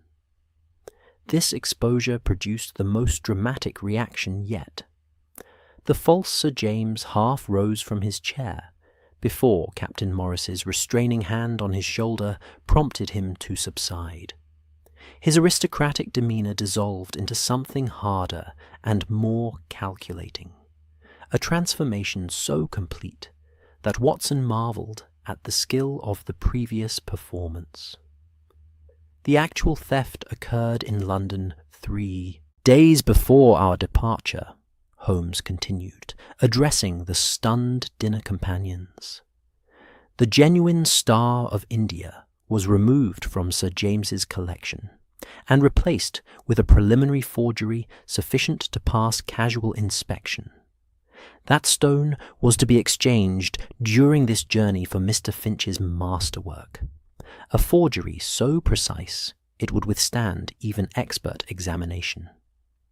Upon reaching Edinburgh, the false Sir James would present this exceptional forgery to the museum, while the genuine stone disappeared into private hands across the Atlantic. The snowdrift complicated matters, Watson observed, following the logic of Holmes's explanation, delaying the exchange and forcing improvisation. Precisely, Holmes agreed. The unexpected halt created both pressure and opportunity. Our false Sir James staged the theft of what was already a forgery, creating confusion while providing explanation for any discrepancies that might be noticed in the stone eventually displayed in Edinburgh. Meanwhile, Colonel Arbuthnot arranged for tools that would suggest an attempt to break and recut the diamond. Further misdirection designed to focus attention on a non-existent transformational theft rather than a sophisticated substitution. Captain Morris, who had been listening with increasing concern, gestured to his crew members. "I believe we've heard sufficient to justify taking these individuals into custody until we reach Edinburgh and can transfer them to proper authorities. Mr. Finch, your portfolio, please." With resigned defeat, Finch surrendered his portfolio. When opened, it revealed not architectural drawings, but a velvet-lined case containing what appeared to be the Star of India, its distinctive blue tint and historic cut immediately recognizable. Beside it lay tools of extraordinary precision and delicacy, the instruments of a master forger rather than an architect. "The irony," Holmes remarked as Captain Morris's men began escorting the conspirators from the dining car, "is that this forgery represents craftwork of historical significance in its own right. Mr. Finch's skill with gem reproduction is unparalleled, a talent that might have earned legitimate recognition in different circumstances." As the dining car cleared of all but Holmes, Watson, and Mrs. Harrington, a contemplative silence descended. Outside the windows, darkness had fully claimed the landscape, with only occasional lanterns from the rescue operation visible in the distance. The Edinburgh Express seemed suspended between worlds, their snowbound confinement ending, but the resumption of normal travel not yet begun. "A most satisfactory conclusion," Mrs. Harrington observed finally, closing her notebook with an air of professional appreciation. "Though I confess, Mr. Holmes, I didn't anticipate your own role as an agent of official investigation, rather than merely a fellow traveller drawn into events." Holmes smiled slightly. "The best investigations often proceed with minimal declaration of purpose or authority. Observation reveals more when the observed believe themselves unwatched, or at least watched only by conventional eyes." "And the real Sir James?" Watson inquired. "He remains unaware of this entire affair?" "Informed only this morning by telegram," Holmes replied.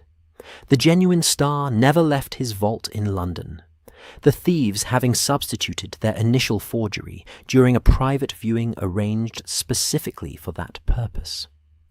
The stone they stole aboard our train was itself already a forgery, though of lesser quality than Finch's masterwork." Wheels within wheels, Mrs. Harrington murmured appreciatively. A narrative complexity worthy of Wilkie Collins. I don't suppose you would object to my using the basic framework for a future novel? With appropriate alterations to protect identities, of course.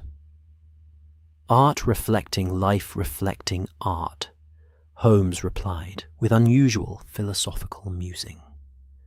There would be a certain symmetry in that arrangement, though I would suggest waiting until the official proceedings conclude before publication. As they spoke, a distant whistle sounded, the signal that track clearance had been completed and departure preparations had entered their final phase. Throughout the train, the atmosphere shifted perceptibly from static confinement to imminent movement. The Edinburgh Express would soon resume its interrupted journey, carrying its passengers toward their various destinations, though several would find themselves diverted to unplanned accommodations upon arrival. Outside, the final lanterns of the rescue crew moved alongside the tracks, completing their inspection before departure. Inside, stewards moved efficiently through the carriages, securing items for travel and informing passengers of the imminent resumption of their journey. The crystalline stillness of their snowbound interlude was dissolving, replaced by the familiar anticipation of railway motion. And so our unexpected adventure concludes, Mrs. Harrington observed, rising from her seat. Though I suspect your work continues beyond our arrival, Mr. Holmes. The official aspects, certainly, Holmes acknowledged. Statements will be required, evidence presented, legal proceedings initiated. The machinery of justice operates with its own particular rhythm, less dramatic than the discovery phase, but equally necessary to resolution. As Mrs. Harrington departed to prepare for their journey's resumption, Holmes and Watson remained briefly at their table. The dining car had emptied entirely, the interrupted meal cleared away by efficient stewards, leaving them in a momentary island of stillness amid the increasing activity of departure preparations. You knew from the beginning, Watson observed, not a question, but a realization. Your presence on this train was never coincidental. Holmes smiled slightly. Let us say that the consultation in Edinburgh regarding family documents was less urgent than presented. The opportunity to observe the substitution plot in action proved more compelling than immediate attendance to Lord Ashcroft's concerns. Before Watson could respond to this confirmation of his suspicions, the train's whistle sounded. A long, confident blast announcing imminent departure. Beneath them, the subtle vibration of the engine communicated itself through the carriage floor, the familiar precursor to motion after days of unnatural stillness.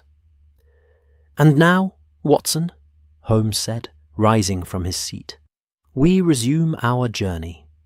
Both literally and metaphorically. Edinburgh awaits, though with somewhat different welcomes prepared for various members of our travelling party." As they returned to their compartment to prepare for departure, the Edinburgh Express shuddered slightly, then began to move, slowly at first, then with increasing confidence as the mighty wheels engaged with cleared track. Outside their window, the snowdrift that had imprisoned them for days slid gradually past, transforming from immovable barrier to transient landscape feature as perspective and motion restored proper proportion. The mystery of the Snowbound Express had reached its resolution. The Diamond's journey concluded even as their own continued toward Edinburgh. As moonlight illuminated the snow-covered countryside, now flowing past their window, the train gathered speed, leaving behind the enforced intimacy of confinement and carrying its passengers, minus several now secured in the guard's van, toward the lights of civilization glimmering distantly on the northern horizon. That's our story tonight. Are you drifting off under the starlit skies of Athens, the quiet charm of Havana, the gentle waves of Sydney, or the lantern-lit calm of Kyoto? If this tale brought you peace, like the episode and subscribe for more nights like this. Let the night embrace you. Let your dreams wander softly through the dark. Sleep gently, now, wherever you are in this wide